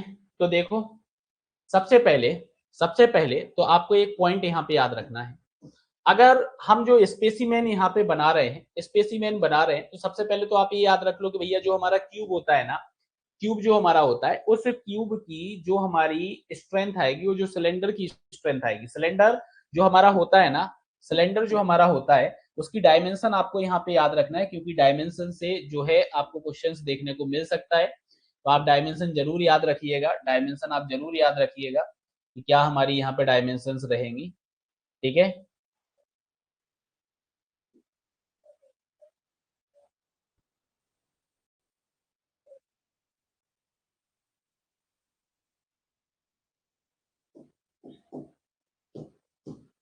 ठीक है, ये 150 mm डाया का होता है और 300 mm लॉन्ग होता है। ट्यूब जो आपका होता है वो आपका कितना होता है? 150 mm साइड का होता है। तो सिलेंडर की जो स्ट्रेंथ आपकी होती है ना, ये आपकी 0.8 इंटू क्यूब स्ट्रेंथ के बराबर होगी। कितनी होगी? 0.8 इंटू क्यूब स्ट्रेंथ के बराबर होगी। अच्छा, आपका पॉइंट है, ये एग्जाम के अंदर आया भी है, तो आप इसको याद रखिएगा। ठीक है, आप इसको याद रखिएगा। क्वेश्चन मेरा ये है कि अगर मोर अप्रोप्रिएट रिजल्ट की हम बात कर रहे हैं, इसकी स्ट्रेंथ तो कम आ रही है, क्यूब की स्ट्रेंथ हमें ज्यादा देखने को मिल रही है। ऐसा हमें क्यों देखने को मिल रहा है? ऐसा हमें इसलिए देखने को मिल रहा है, आप समझिएगा। जैसे हम क्यूब की यहाँ पे बात कर रहे हैं, तो आप यहाँ पे देखो, यहाँ पे देखो, अभी हमने जो कंप्रेसिव स्ट्रेंथ टेस्टिंग को किया था, कंप्रेसिव स्ट्रेंथ हमने टेस्टिंग को किया था, तो आप देखो यहाँ पे जो क्यूब आपका है, इस क्यूब को इन स्टील प्लेट्स के बीच में आपने रखा। इसका जो ये साइड है, ये सिर्फ आपका 150 mm का साइड है। तो यहाँ पे क्या होता है, इन दोनों प्लेट की वजह से आपको फ्रिक्शन जो है, वो फ्रिक्शन आपको ज्यादा देखने को मिलता है। इसलिए इसलिए क्या होता है आपका, आप ऐसा बोल सकते हो 1:1। ठीक है, अभी आगे आपको बताऊंगा। सिलेंडर में आपका 2:1 हो जाता है। ठीक है, लेंथ और डायामीटर का रेशियो। ठीक है, लेंथ और डायामीटर का रेशियो। ठीक है, तो आप इस डायग्राम में आ जाओ, वापस से इस डायग्राम में आ जाओ। इस डायग्राम में आप देखोगे तो इस डायग्राम के अंदर आपको क्या देखने को मिलेगा, आप देखो यहाँ पे कि जैसे ये लोडिंग लगाया तो क्या होता है कि ये जो पोर्शन आपका है, कौन सा पोर्शन है, ये जो आपका पोर्शन है, आप यहाँ पे देखो, ये जो आपका पोर्शन है, ऊपर से अपन ने ये पोर्शन यहाँ तक ले लिया, नीचे से अपन ने ये वाला पोर्शन यहाँ तक ले लिया, ठीक है। इस पोर्शन की अपन बात कर रहे हैं, ये वाला जो आपका पोर्शन है ना, ये पोर्शन, ये आपका 0.866 डी आपका है। नीचे से भी आपको ये सेम ही जो है डायमेंशन आपको देखने को मिलेगी। अगर फुल डायमेंशन की बात करें तो ये आपका 300 यहाँ पे हो जाएगा 300। यहाँ पे आपको रिमेनिंग जो आपका होगा ये आपका 0.268 डी आपका यहाँ पे रहने वाला है। तो यहाँ पे क्या देखने को मिलता है कि जो ये सेंट्रल पोर्शन आपका होता है, क्या होता है, जो आपका ये सेंट्रल पोर्शन होता है, सेंट्रल रीजन अनअफेक्टेड रहता है आपका लेटरल स्ट्रेसेस से, ठीक है। इसलिए आपको ये मोर एप्रोप्रिएट रिजल्ट देता है। लेकिन आप यहाँ पे देखो 150 mm का ये साइड है, 150 mm का ये साइड है, तो यहाँ पे जो आपका रेशियो, ये रेशियो से भी कभी कभी क्वेश्चन आपका आ जाता है। ये 1:1 आपका हो गया, यहाँ पे आप देखो ये 150 है, ये आपका 300 है, तो यहाँ पे जो आपका रेशियो चलेगा वो आपका 2:1 आपका हो जाएगा, ठीक है। तो सिंपल सी बात यहाँ पे आप ये बोल सकते हो कि भैया प्राइमरी कॉज जो आपका है वो प्राइमरी कॉज ही ये लेंथ बाई डायामीटर का यहाँ पे है, ठीक है। आई बात समझ में। इसलिए क्यूब जो होता है, क्यूब आपका स्ट्रॉन्गर होता है, क्यूब आपका स्ट्रॉन्गर होता है, ठीक है, क्योंकि यहाँ पे 1:1 आ रहा है, यहाँ पे 2:1 आ रहा है। लेकिन रिजल्ट की अगर हम बात करें तो रिजल्ट हमें मोर एप्रोप्रिएट कौन दे देगा, हमें मोर एप्रोप्रिएट रिजल्ट सिलेंडर यहाँ पे देने वाला है, ठीक है। लेकिन स्ट्रॉन्गर की अगर हम बात करें तो स्ट्रॉन्गर में हमारा यहाँ पे क्यूब हो जाता है, ठीक है। इसलिए हम यहाँ पे क्या करते हैं, क्यूब का यूज करते हैं, ठीक है। तो ये पॉइंट आप याद रखिएगा, इससे क्वेश्चन आपका बन सकता है, आपसे पूछा जा सकता है, तो आपको ये बताना है।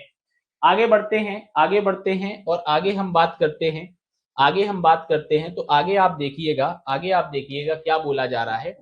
आगे हमें ये बोला जा रहा है, आगे हमें क्या बोला जा रहा है, आगे हमें ये बोला जा रहा है कि कंक्रीट की जो स्ट्रेंथ होती है, कैरेक्टरिस्टिक ट्यूब स्ट्रेंथ जो होती है, इसको हम 28 दिन के अंदर रिप्रेजेंट करते हैं, ठीक है। और कंक्रीट जो आपका होता है, अगर लेस देन 7 डेज आप इसमें क्या करते हो, क्यूरिंग करते हो, तो स्ट्रेंथ जो आपकी होगी वो आपको कम यहाँ पे मिलेगी। इसलिए हम जब भी ओपीसी सीमेंट की यहाँ पे बात करेंगे तो ओपीसी सीमेंट के लिए हमें मिनिमम जो क्यूरिंग पीरियड यहाँ पे रखना है, क्या रखना है, मिनिमम जो हमें यहाँ पे क्यूरिंग पीरियड रखना है, वो मिनिमम हमें क्यूरिंग पीरियड रखना है 7 डेज का। मतलब कंक्रीट वर्क जब आप करोगे तो मिनिमम 7 डेज का आप यहाँ पे क्यूरिंग पीरियड रखोगे। क्या रखोगे, मिनिमम आप 7 डेज का जो रखोगे, क्या रखोगे, क्यूरिंग पीरियड आप रखोगे।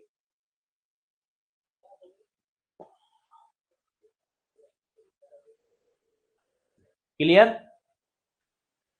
बढ़े आगे, चलो तो आगे बात करते हैं। आगे अपन बात करते हैं ग्रेड ऑफ कंक्रीट की। आगे अपन किसकी बात करेंगे, आगे हम बात करेंगे ग्रेड ऑफ कंक्रीट की। तो ग्रेड ऑफ कंक्रीट जो आपका होता है ना, ग्रेड ऑफ कंक्रीट जो आपका होता है, तो ग्रेड ऑफ कंक्रीट जो आपका होता है वो कैरेक्टरिस्टिक स्ट्रेंथ पर डिपेंड करता है, या आप ऐसा बोल सकते हो based on the characteristic strength. ये आपकी कैरेक्टरिस्टिक स्ट्रेंथ पर बेस्ड होता है। क्या होता है आपका, कैरेक्टरिस्टिक स्ट्रेंथ पर आपका बेस्ड होता है, इस पर बेस्ड होता है, कैरेक्टरिस्टिक स्ट्रेंथ पर आपका बेस्ड होता है, ठीक है। अगर हम अकॉर्डिंग टू आईएस कोड जाएं, अगर हम अकॉर्डिंग टू क्या जाएं, अगर हम अकॉर्डिंग टू आईएस कोड जाएं, सॉरी, अगर हम अकॉर्डिंग टू आईएस कोड जाएं तो वेरियस ग्रेड ऑफ कंक्रीट हमें देखने को मिलते हैं अलग अलग। अगर हम कंक्रीट ग्रेड की यहाँ पे बात कर रहे हैं तो आप यहाँ पे देख सकते हो, अलग अलग हम कंक्रीट ग्रेड की बात कर रहे हैं, तो यहाँ पे क्या हो जाएगा आपका, M10 हो जाएगा, M15 हो जाएगा, M20 आपका हो जाएगा। ये सभी आपके ऑर्डिनरी ग्रेड की कैटेगरी में आते हैं। किसकी कैटेगरी में आते हैं, ये सभी आपकी ऑर्डिनरी ग्रेड की कैटेगरी में आते हैं। M25, M55 ये हमारे जो है, ये हमारे क्या होते हैं, ये हमारे स्टैंडर्ड ग्रेड होते हैं। और M60 से M90 की बात कर रहे हैं तो ये हमारे क्या होते हैं, ये हमारे हाई स्ट्रेंथ ग्रेड होते हैं। ये हमारे क्या होते हैं, ये हमारे हाई स्ट्रेंथ ग्रेड होते हैं। क्या होते हैं, ये हमारे हाई स्ट्रेंथ ग्रेड होते हैं। क्या होते हैं, हमारे हाई स्ट्रेंथ ग्रेड हमारे होते हैं, ठीक है। एक एग्जांपल के तौर पे आप समझो कि M10 आपका ग्रेड है, तो ये जो 10 न्यूमेरल नंबर आपका है, ठीक है, आप यहाँ पे देखो ये आपका क्या है, ये आपका न्यूमेरल है। तो न्यूमेरल ग्रेड को आप रिप्रेजेंट करते हो combination of numeral and letters, ठीक है। तो न्यूमेरल की अगर हम बात करें तो न्यूमेरल जो आपका होता है वो रिप्रेजेंट करता है ग्रेड को, ठीक है। और ग्रेड यहाँ पे क्या बता रहा है, ये बता रहा है कि इसकी जो कैरेक्टरिस्टिक स्ट्रेंथ है ना 150 mm क्यूब के अंदर, अगर हम इसकी कैरेक्टरिस्टिक स्ट्रेंथ को फाइंड आउट करेंगे तो 10 न्यूटन पर mm स्क्वायर हमारी यहाँ पर निकल कर आएगी। क्या निकल कर आएगी? 10 न्यूटन पर mm स्क्वायर हमारी यहाँ पर निकल कर आएगी। और लेटर्स जो हमारा होगा वो लेटर्स हमारा यहाँ पे रिप्रेजेंट कर रहा होगा मिक्स को। क्या कर रहा होगा? ये हमारे मिक्स को यहाँ पर रिप्रेजेंट कर रहा होगा, ठीक है। तो ये आपको यहाँ पे याद रखना है, ये आपको याद रखना है, ठीक है। ये आपको क्या करना है, ये आपको यहाँ पर याद रखना है, ठीक है। याद रखना है, याद रखना है एक और पॉइंट कि IS 456 जो आपका होता है वो आपका एप्लीकेबल नहीं होता है, एप्लीकेबल नहीं होता है M60 एंड अबव ग्रेड पर, ठीक है। M60 एंड अबव ग्रेड पर आपका जो है वो आपका क्या नहीं होगा, आपका जो IS कोड है 456 2000 वो आपका एप्लीकेबल नहीं होगा। क्या नहीं होगा? वो आपका एप्लीकेबल नहीं होगा, ठीक है। तो जल्दी से बताओ यहां तक अपन ने जो डिस्कस किया है आपको समझ में आया? आया है यहाँ तक समझ में? किसी भी प्रकार का कोई डाउट तो नहीं है मन में? अगर नहीं है डाउट तो आगे बढ़ते हैं, ठीक है। आगे बढ़ते हैं। आगे यहाँ पे बोला गया है, आगे यहाँ पे बोला गया है, क्या बोला गया है आगे? आगे बहुत अच्छी बातें हमको बोली गई है। अच्छी बातों के अंदर हमें ये बोला गया है, अच्छी बातों के अंदर हमें ये बोला गया है, क्या बोला गया है देखिए। ये बोला है कि IS कोड जो आपका है ना, कौन है? IS कोड जो आपका है ना, कौन सा IS कोड? 456 है। ये रिकमेंड करता है कि अगर हम आरसीसी की बात कर रहे हैं, आरसीसी की बात कर रहे हैं, तो जो हमारे कंक्रीट का मिनिमम ग्रेड होगा वो मिनिमम ग्रेड हमारा क्या होगा? वो मिनिमम ग्रेड हमारा M20 होगा। क्या होगा? हमारा M20 हमारा होगा, ठीक है। ये याद रखना है आपको। दूसरी चीज आपको याद रखना है कि जो हमारा मिनिमम ग्रेड होता है, क्या होता है? जो हमारा मिनिमम ग्रेड होता है वो हमारा डिपेंड करता है, किस पर डिपेंड करता है? वो हमारा डिपेंड करता है एक्सपोजर कंडीशन पर। वो हमारा किस पर डिपेंड करता है? वो हमारा डिपेंड करता है एक्सपोजर कंडीशन पर। किस पर डिपेंड करता है? एक्सपोजर कंडीशन पर डिपेंड करता है मिनिमम ग्रेड, ठीक है। तो मिनिमम ग्रेड जो हमारा है वो हमारा डिपेंड किस पर कर रहा है? मिनिमम ग्रेड हमारा डिपेंड कर रहा है एक्सपोजर कंडीशन पर। किस पर डिपेंड कर रहा है? एक्सपोजर कंडीशन पर डिपेंड कर रहा है। किस पर डिपेंड कर रहा है? एक्सपोजर कंडीशन पर डिपेंड कर रहा है। What is exposure condition? Exposure condition क्या होती हैं? बताइए जल्दी से, क्या होती है एक्सपोजर कंडीशन? तो एक्सपोजर कंडीशन हमारी क्या होती है, बता सकते हो? बहुत सारे लोग तो बता सकते हैं जिन्होंने पढ़ रखा है पहले से थोड़ा बहुत, उन लोगों को पता होगा कि एक्सपोजर कंडीशन हमारी क्या होती है, ठीक है। एक्सपोजर हमारी कंडीशन क्या होती है, ठीक है। जिनको नहीं पता है वो यहाँ पे देख सकते हैं। एक्सपोजर कंडीशन सीवियरिटी बताती है आपकी कि कितनी डिग्री ऑफ सीवियरिटी है आपकी एनवायरमेंटल कंडीशंस जो आपकी होती है ना, तो कितना डिग्री ऑफ सीवियरिटी है, ठीक है। इसके बेसिस पर एक्सपोजर कंडीशन को यहाँ पे क्या किया गया है? एस्टैब्लिश किया गया है। इसके बेसिस पर क्या किया गया है? इनको एस्टैब्लिश्ड यहाँ पर किया गया है, ठीक है।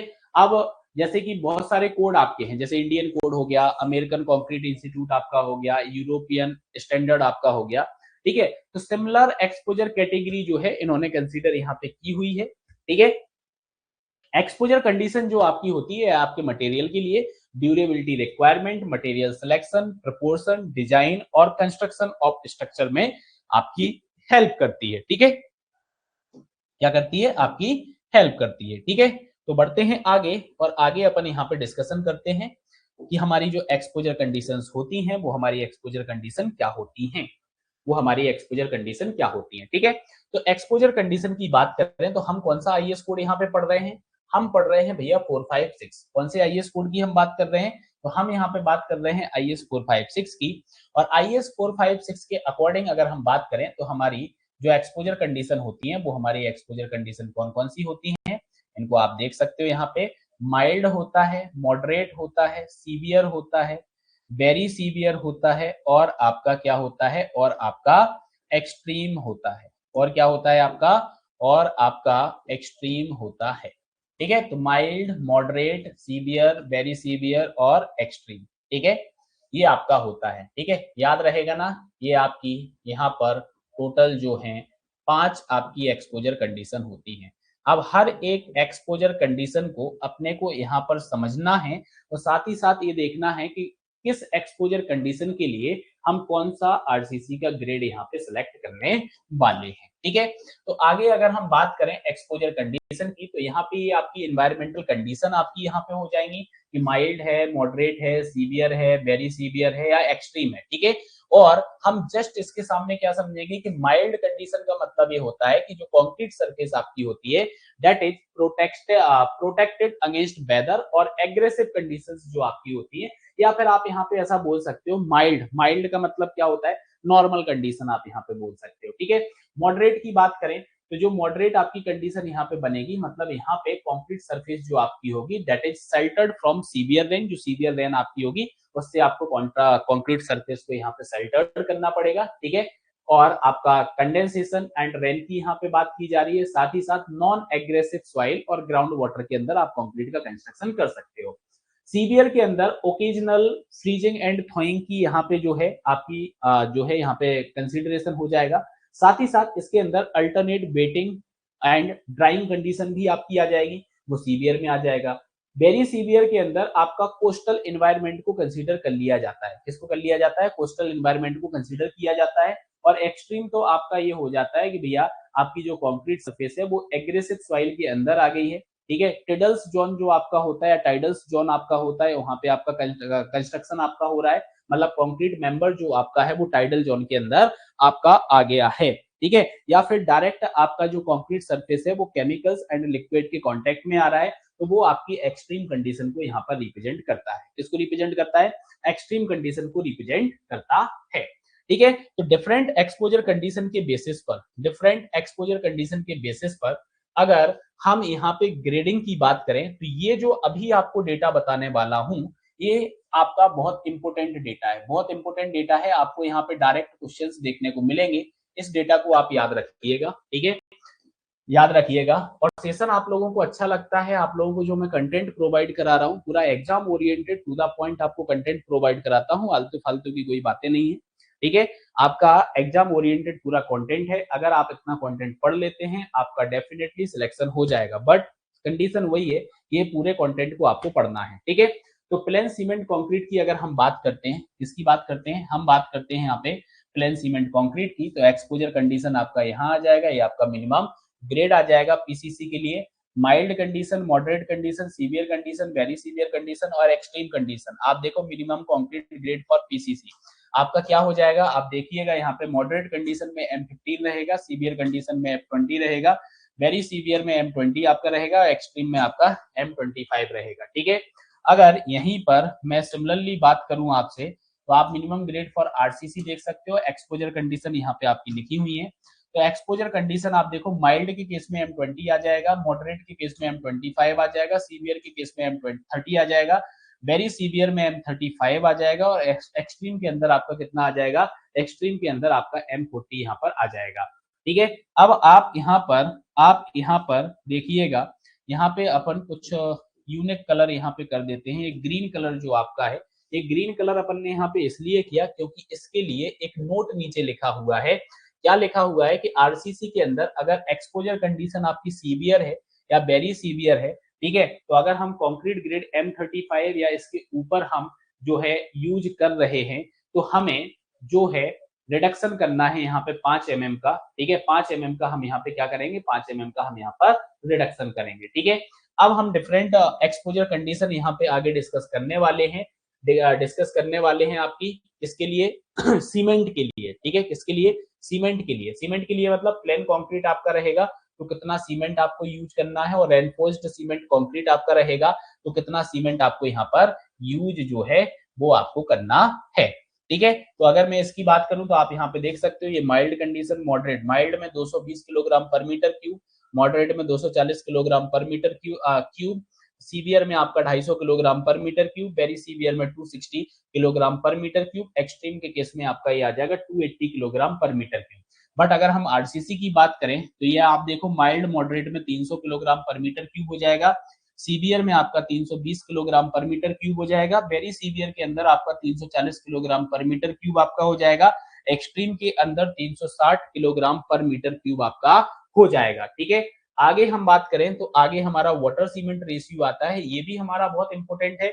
एग्जाम के अंदर सीधे सीधे क्वेश्चंस जो आपके हैं वो आपके पूछ लिए जाते हैं, आप इसको भी याद रखिएगा, इसको भी आप जो है याद रखिएगा। सबसे पहले हम बात कर लेते हैं पीसीसी में, तो माइल्ड में 0.6, मॉडरेट में 0.6, सीवियर में 0.5, वेरी सीवियर में 0.45 और एक्सट्रीम में आपका 0.40 आपका यहाँ पे रहेगा। सिमिलरली आरसीसी के अंदर माइल्ड में 0.55, 0.50, 0.45, 0.45 एंड 0.40 आपका रहेगा एक्सट्रीम के केस में। ठीक है, तो ये आपको याद रखना है कि डिफरेंट एक्सपोजर कंडीशन के लिए वाटर सीमेंट रेशियो का क्राइटेरिया आपका हो गया है।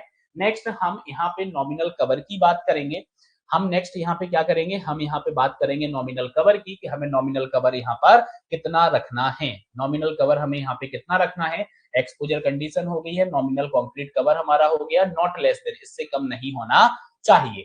तो अब आप यहाँ पे देखो, माइल्ड के केस में 20 mm हो गया है, मॉडरेट के केस में 30 mm हो गया, सीवियर के केस में आपका 45 mm हो गया, वेरी सीवियर के केस में आपका 50 mm हो गया और एक्सट्रीम के केस में आपका कितना हो गया, 75 mm आपका हो गया। अब यहाँ पे जो ये स्टार पॉइंट लगा हुआ है, इसका मतलब ये है, इसका मतलब आपका क्या है, इसका मतलब ये है कि अगर मेन रेनफोर्समेंट आपका अप टू 12 mm डायामीटर आपका है, ठीक है, किसके अंदर, आपका एक्सपोजर कंडीशन के अंदर, माइल्ड एक्सपोजर कंडीशन के अंदर, तो जो नॉमिनल कवर आपका होगा उसके अंदर हम रिडक्शन प्रोवाइड करा देंगे 5 mm का। ठीक है, 5 mm का हम यहाँ पे क्या कराएंगे, 5 mm का हम इसके अंदर रिडक्शन जो है, रिडक्शन हम यहाँ पे प्रोवाइड करा देंगे। यहाँ तक की बात क्लियर, जल्दी से बताओ, यहाँ तक आप सभी लोगों को क्लियर है? तो आगे बढ़ते हैं फिर हम, यहाँ तक आप सभी लोगों को क्लियर?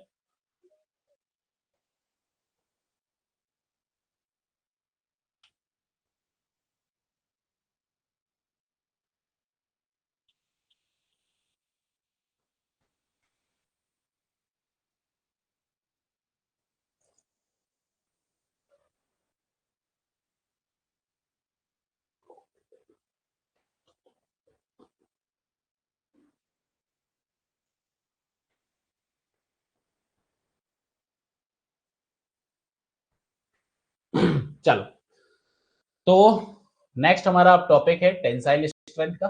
ठीक है, नेक्स्ट हमारा टॉपिक है टेंसाइल स्ट्रेंथ का।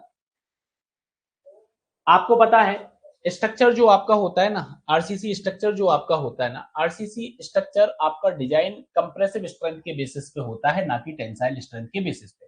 क्योंकि स्टार्टिंग के अंदर ही हमने इस पॉइंट को डिस्कस कर लिया था कि टेंसाइल स्ट्रेंथ जो हमारी होती है वो हमारे कंक्रीट की टेंसाइल स्ट्रेंथ जो होती है कंप्रेसिव स्ट्रेंथ के कंपैरिजन में 7 to 15% होती है। ठीक है, हमने एक और तरीका इसका पढ़ा था, हमने एक और तरीका पढ़ा था कि टेंसाइल स्ट्रेंथ जो हमारी होती है ना, टेंसाइल स्ट्रेंथ जो हमारी होती है वो हमारी क्या होती है, 1/10 होती है इसकी कंप्रेसिव स्ट्रेंथ की। 1/10 हमारी होती है किसकी,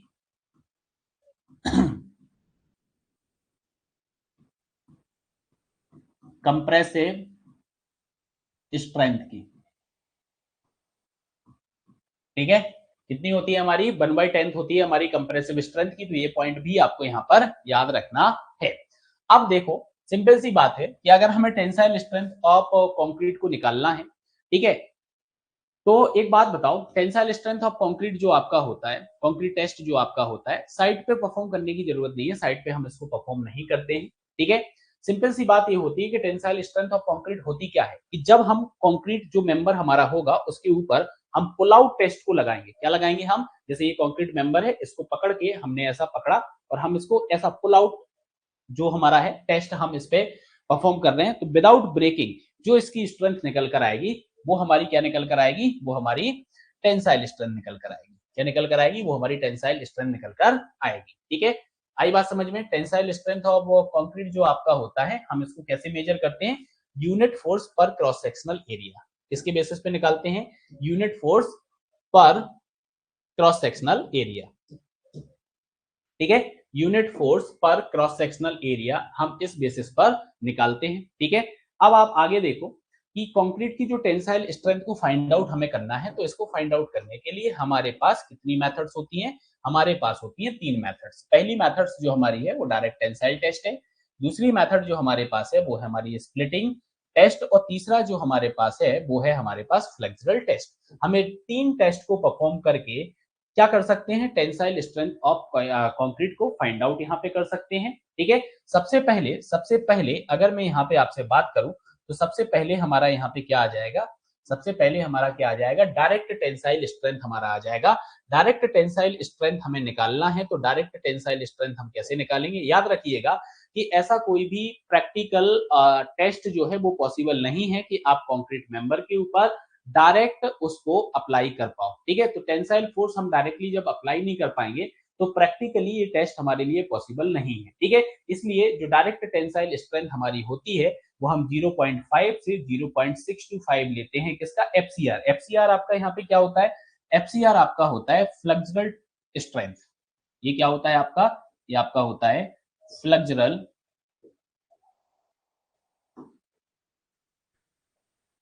ये आपका फ्लेक्सुरल स्ट्रेंथ होता है। तो फ्लेक्सुरल स्ट्रेंथ का कितना, फ्लेक्सुरल स्ट्रेंथ का 0.5 टू 0.625 ये हमारा डायरेक्ट टेंसाइल स्ट्रेंथ होता है। नेक्स्ट हम बात करें तो नेक्स्ट हमारा फ्लेक्सुरल स्ट्रेंथ आता है। नेक्स्ट हमारा क्या आता है, फ्लेक्सुरल स्ट्रेंथ। अब फ्लेक्सुरल स्ट्रेंथ की अगर हम बात करें कि हमें फ्लेक्सुरल स्ट्रेंथ को निकालना है, तो आप ऐसा बोल सकते हो कि फ्लेक्सुरल स्ट्रेंथ या मॉडुलस ऑफ रप्चर, इसी को मॉडुलस ऑफ रप्चर बोला जाता है। यह टेंसाइल स्ट्रेंथ निकालने का इनडायरेक्ट तरीका है। यह टेंसाइल स्ट्रेंथ निकालने का क्या है, यह आपकी टेंसाइल स्ट्रेंथ को निकालने का इनडायरेक्ट तरीका है। इस मेथड के अंदर आपको क्या करना है, सबसे पहले आपको प्योर बेंडिंग का यहाँ पे केस बनाना पड़ेगा। क्या करना पड़ेगा आपको, आपको प्योर बेंडिंग का यहाँ पे केस बनाना पड़ेगा। क्या बनाना पड़ेगा, प्योर बेंडिंग का केस बनाना पड़ेगा। अब प्योर बेंडिंग का अगर हमें यहाँ पे जो है केस बनाना है, तो इस मेथड के अंदर हम क्या करेंगे, हम दो लोड को लेंगे। ठीक है, टू लोडिंग्स जो आपकी होगी उसको हम अप्लाई करेंगे बीम बीम जो हमारी होगी उस पे इक्वी डिस्टेंस पर, फ्रॉम द सेंटर से हम इक्वी डिस्टेंस पर क्या करेंगे, इसको हम प्लेस करेंगे। ठीक है, दो लोडिंग्स को, मतलब टू लोडिंग सिस्टम आपको यहाँ पे जनरेट करना है। क्यों करना है, क्योंकि हम यहाँ पे प्योर बेंडिंग का केस बना रहे हैं। हम क्या कर रहे हैं, हम प्योर बेंडिंग का यहाँ पे केस बना रहे हैं। अब हमें यहाँ पे क्या करना है, हमें करना है टेंसाइल स्ट्रेंथ को टेस्ट, हमें निकालना है यहाँ पे। तो हम कैसे निकालेंगे, ठीक है, तो समझिएगा, पहले ये पॉइंट समझ लो कि टेंसाइल स्ट्रेंथ ऑफ कंक्रीट अगर हम फ्लेक्सर में निकाल रहे हैं तो उसको फ्लेक्सुरल स्ट्रेंथ हम बोलते हैं। ठीक है, तो सबसे पहले हमें फ्लेक्सर कंडीशन डेवलप करने के लिए हमने अभी क्या समझा कि हमें फ्लेक्सर कंडीशन को अगर यहाँ पे निकालना है, हमें क्या करना है, फ्लेक्सर कंडीशन को यहाँ पे निकालना है। तो फ्लेक्सर कंडीशन के लिए हम क्या करेंगे, हम थर्ड पॉइंट लोडिंग सिस्टम को यहाँ पे याद रखेंगे, मतलब अप्लाई करेंगे। आप देख सकते हो हमारी बीम है, इस पे हमने दो लोड को अप्लाई किया है। इक्यू डिस्टेंस आपको देखने को मिलेगी L/3। अगर आप इसका बीएमडी बनाओगे, बेंडिंग मोमेंट डायग्राम बनाओगे, इस तरीके से आपका निकलेगा। और यहाँ पर जो आपका बेंडिंग मोमेंट निकल कर आएगा, यहाँ पर आपका क्या निकल कर आएगा, यहाँ पर जो आपका ये बेंडिंग मोमेंट निकल कर आएगा, ठीक है, यहाँ पर जो आपका ये बेंडिंग मोमेंट निकल कर आएगा, वो बेंडिंग मोमेंट आपका कितना निकल कर आएगा, वो आपका निकल कर आएगा PL/3, ये निकल कर आएगा। आप यहाँ पे देख सकते हो कि आप प्रैक्टिकली 3D में देखिए, ये आपका मशीन यहाँ पर है, ये आपके दो लोडिंग सिस्टम आपका है, आपने इसको इक्वी डिस्टेंस पर अप्लाई किया हुआ है। और आपका इस तरीके से आप यहाँ पे देखो, ये आपको यहाँ पे क्या देखने को मिल रहा है, बीम जो आपकी है वो आपकी यहाँ पर स्प्लिट हो रही है। ठीक है, तो ये आपने यहाँ पे किया। अब आपने क्या किया कि ये जो लोडिंग है, जीरो से आपने इस लोडिंग को बढ़ाना चालू किया। जीरो पे आपकी वैल्यू है, जीरो से आपने लोडिंग को बढ़ाना चालू किया। हम किस लोड को यहाँ पे मेजर करेंगे, हम कौन से लोड को यहाँ पे निकालेंगे, हम निकालेंगे उस लोड को जिस लोड पर हमें कंक्रीट के अंदर पहला क्रैक देखने को मिल रहा है। ठीक है, क्या देखने को मिल रहा है, फर्स्ट क्रैक। मतलब ये जो क्रैक आपका आया है, इस क्रैक को मैं यहाँ पे बोल दूंगा फर्स्ट क्रैक। ये हमारे कंक्रीट का क्या है, ये हमारे कंक्रीट का फर्स्ट क्रैक है। ठीक है, तो जो फर्स्ट क्रैक हमारा यहाँ पे आया, तो फर्स्ट क्रैक का हमने क्या बोल दिया, क्रैकिंग स्ट्रेस की हमने बात कर दी। ठीक है, फर्स्ट क्रैक का लोड जो है, हमें यहाँ पे कौन सा लोड चाहिए, जिस पर कंक्रीट के अंदर पहला क्रैक आपका क्या हो रहा है, पहला क्रैक आपका डेवलप हो रहा है। क्या हो रहा है, फर्स्ट क्रैक आपका यहाँ पे डेवलप हो रहा है। तो आप यहाँ पे देखोगे कि आपकी ये पूरी जो है पॉइंट टू पॉइंट यहाँ पे प्रोसीजर लिखी हुई है। क्या लिखी हुई है? पॉइंट टू पॉइंट आप यहाँ पे प्रोसीजर देखोगे ना, पॉइंट टू पॉइंट आप प्रोसीजर देखोगे तो ये आपकी पॉइंट टू पॉइंट प्रोसीजर लिखी है। क्या लिखा हुआ है देखो, सबसे पहले जो वैल्यू ऑफ पी आपकी रहेगी, जो आपकी वैल्यू ऑफ पी रहेगी, इसको इंक्रीज करना है, ठीक है, इसको इंक्रीज करना है 0 से करस्पॉन्डिंग टू फर्स्ट क्रैक। इसके करस्पॉन्डिंग, फर्स्ट क्रैक के करस्पॉन्डिंग। जो फर्स्ट क्रैक आपका डेवलप होगा, ये चीज भी याद रखिएगा, ये आपका टेंशन फाइबर के अंदर, एक्सट्रीम टेंशन फाइबर के अंदर आपका डेवलप होगा। इसके अंदर डेवलप होगा, एक्सट्रीम टेंशन फाइबर के अंदर आपका ये डेवलप होगा।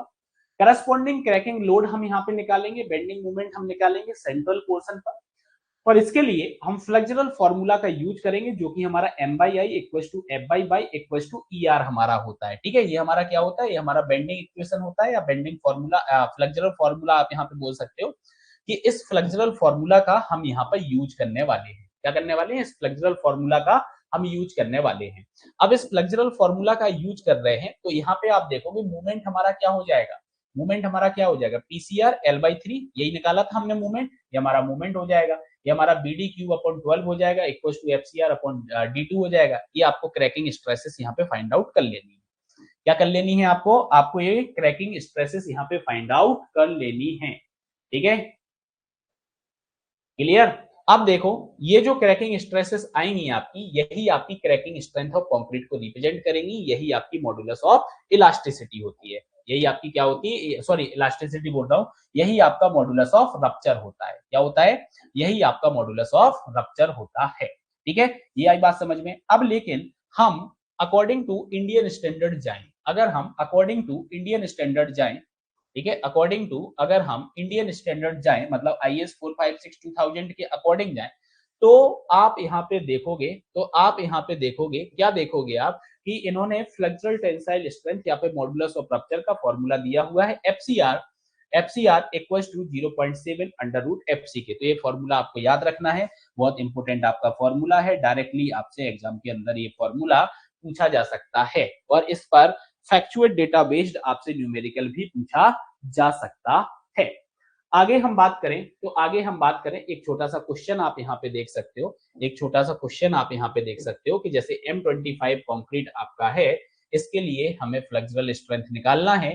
तो M25 के लिए जो आपका है, वो आपका FC के कितना हो जाएगा? M25 कंक्रीट की अगर मैं बात यहाँ पे कर रहा हूँ, M25 कंक्रीट की अगर मैं यहाँ पे बात कर रहा हूँ, तो आप देखिएगा, इसके लिए अगर मैं बात करूं, तो FC के जो आपका होगा, वो आपका कितना हो जाएगा?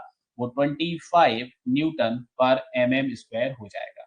बस अब आपको पता है कि हमारा जो फॉर्मूला होता है 0.7 अंडर रूट FC के हमारा होता है, तो 25 यहाँ पे रख दोगे आप, तो ये 5 आ जाएगा, 5 का मल्टीप्लाई 0.7 में आपका हुआ, तो ये आपका 3.5 MPa हो जाएगा। ये आपका जो है, आपका यहाँ पे क्या निकल कर आ जाएगा? ये आपका यहाँ पे आंसर निकल कर आ जाएगा। ये आपका क्या निकल कर आ जाएगा? ये आपका यहाँ पे आंसर निकल कर आ जाएगा। तो इस तरीके के जो क्वेश्चंस हैं, वो क्वेश्चंस आपको परीक्षा में पूछ लिए जाते हैं। वो क्वेश्चंस आपको क्या होते हैं? वो क्वेश्चंस आपको परीक्षा में पूछ लिए जाते हैं। अब हम स्प्लिट टेंसाइल स्ट्रेंथ की बात करते हैं। तो स्प्लिट टेंसाइल स्ट्रेंथ में आप यहाँ पे इस सबसे पहले डायग्राम को देखो। ये जो डायग्राम आपका है, इसके अंदर क्या करना है? सिलेंडर स्प्लिट की बात की जा रही है, तो हमें सिलेंड्रिकल स्पेसिमेन लेना है, और जो सिलेंड्रिकल स्पेसिमेन आपका होगा, वो 150 mm डाया का होगा और 300 mm लेंथ का आपका होगा।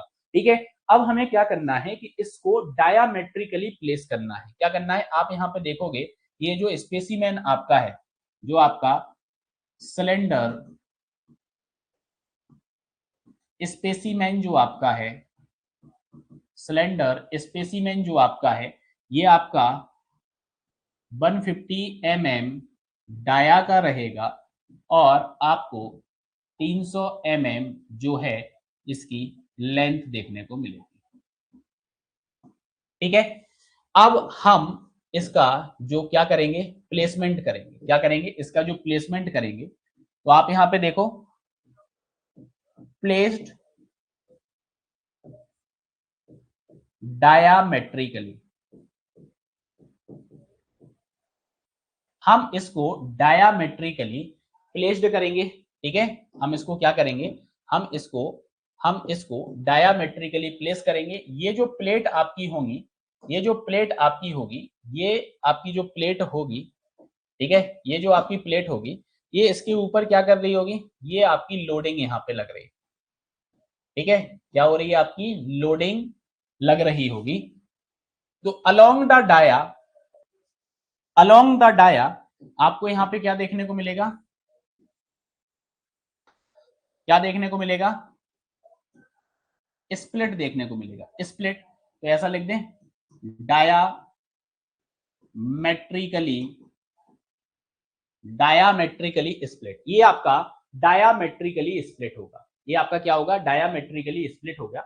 और इसके लिए स्प्लिट टेंसाइल स्ट्रेंथ टेस्ट के लिए डायरेक्टली आपको एक फॉर्मूला दिया गया है, उस फॉर्मूले को आप अप्लाई करोगे तो स्प्लिट टेंसाइल स्ट्रेंथ आपकी यहाँ पे निकल कर आ जाएगी, ठीक है।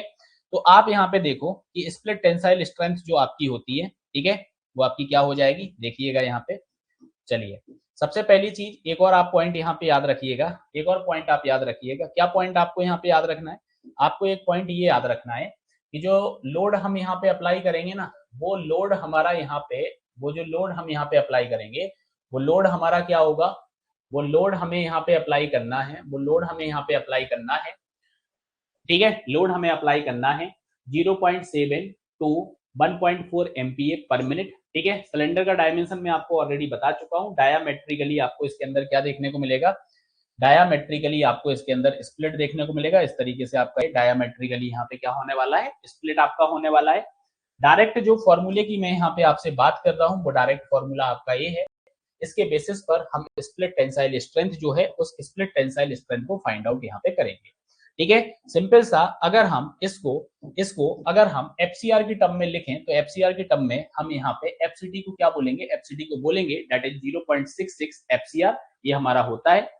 तो आप यहाँ पे बोल सकते हो कि डायरेक्ट टेंसाइल स्ट्रेंथ के कंपैरिजन में यह आपको 5 से 12% हाई वैल्यू देता है, ठीक है। ये आपको क्या करता है, डायरेक्ट टेंसाइल टेस्ट के कंपैरिजन में 5 से 12% आपको क्या देता है, ज्यादा वैल्यू यहाँ पे प्रोवाइड कराता है, ठीक है। आई बात समझ में। ये आपका जो है, ये जो आपका है, ये ऑर्डर आपको यहाँ पे याद रखना है, ये ऑर्डर आपको यहाँ पे याद रखना है। फ्लेक्सुरल स्ट्रेंथ आपका होगा, उसके बाद आपका सिलेंड्रल स्प्लिट आपका होगा, उसके बाद आपका एफ डायरेक्ट यहाँ पर रहेगा। क्या रहेगा आपका, एफ डायरेक्ट आपका यहाँ पर रहेगा, ठीक है। तो ये आपकी टेंसाइल स्ट्रेंथ यहाँ पर है, ठीक है, ये आपकी क्या है, टेंसाइल स्ट्रेंथ आपकी यहाँ पर है, ठीक है। होप सो आज की जो हमारी क्लास हुई है आप सभी लोगों को पसंद आई होगी, ठीक है। और जो भी लोग सब इंजीनियर एग्जाम या आरआरबी एग्जाम जो आपका है उसको टारगेट कर रहे हैं, वो विजिट कर सकते हैं नेविगेट प्राइम ऐप को। नेविगेट प्राइम ऐप पर सारे आपके live and recorded courses available हैं। अगर किसी भी प्रकार का आपको कंफ्यूजन होता है या इंक्वायरी आप चाहते हैं, आप इस नंबर पे कॉल कर सकते हैं। साथ ही साथ हमारे यूट्यूब चैनल को जरूर आप सब्सक्राइब करिएगा, ठीक है। उस पर भी जो प्रैक्टिस सेशंस वगैरह होते हैं वो आपको करवाए जाते हैं, ठीक है। तो आप उसको भी जो है सब्सक्राइब करिएगा, ठीक है।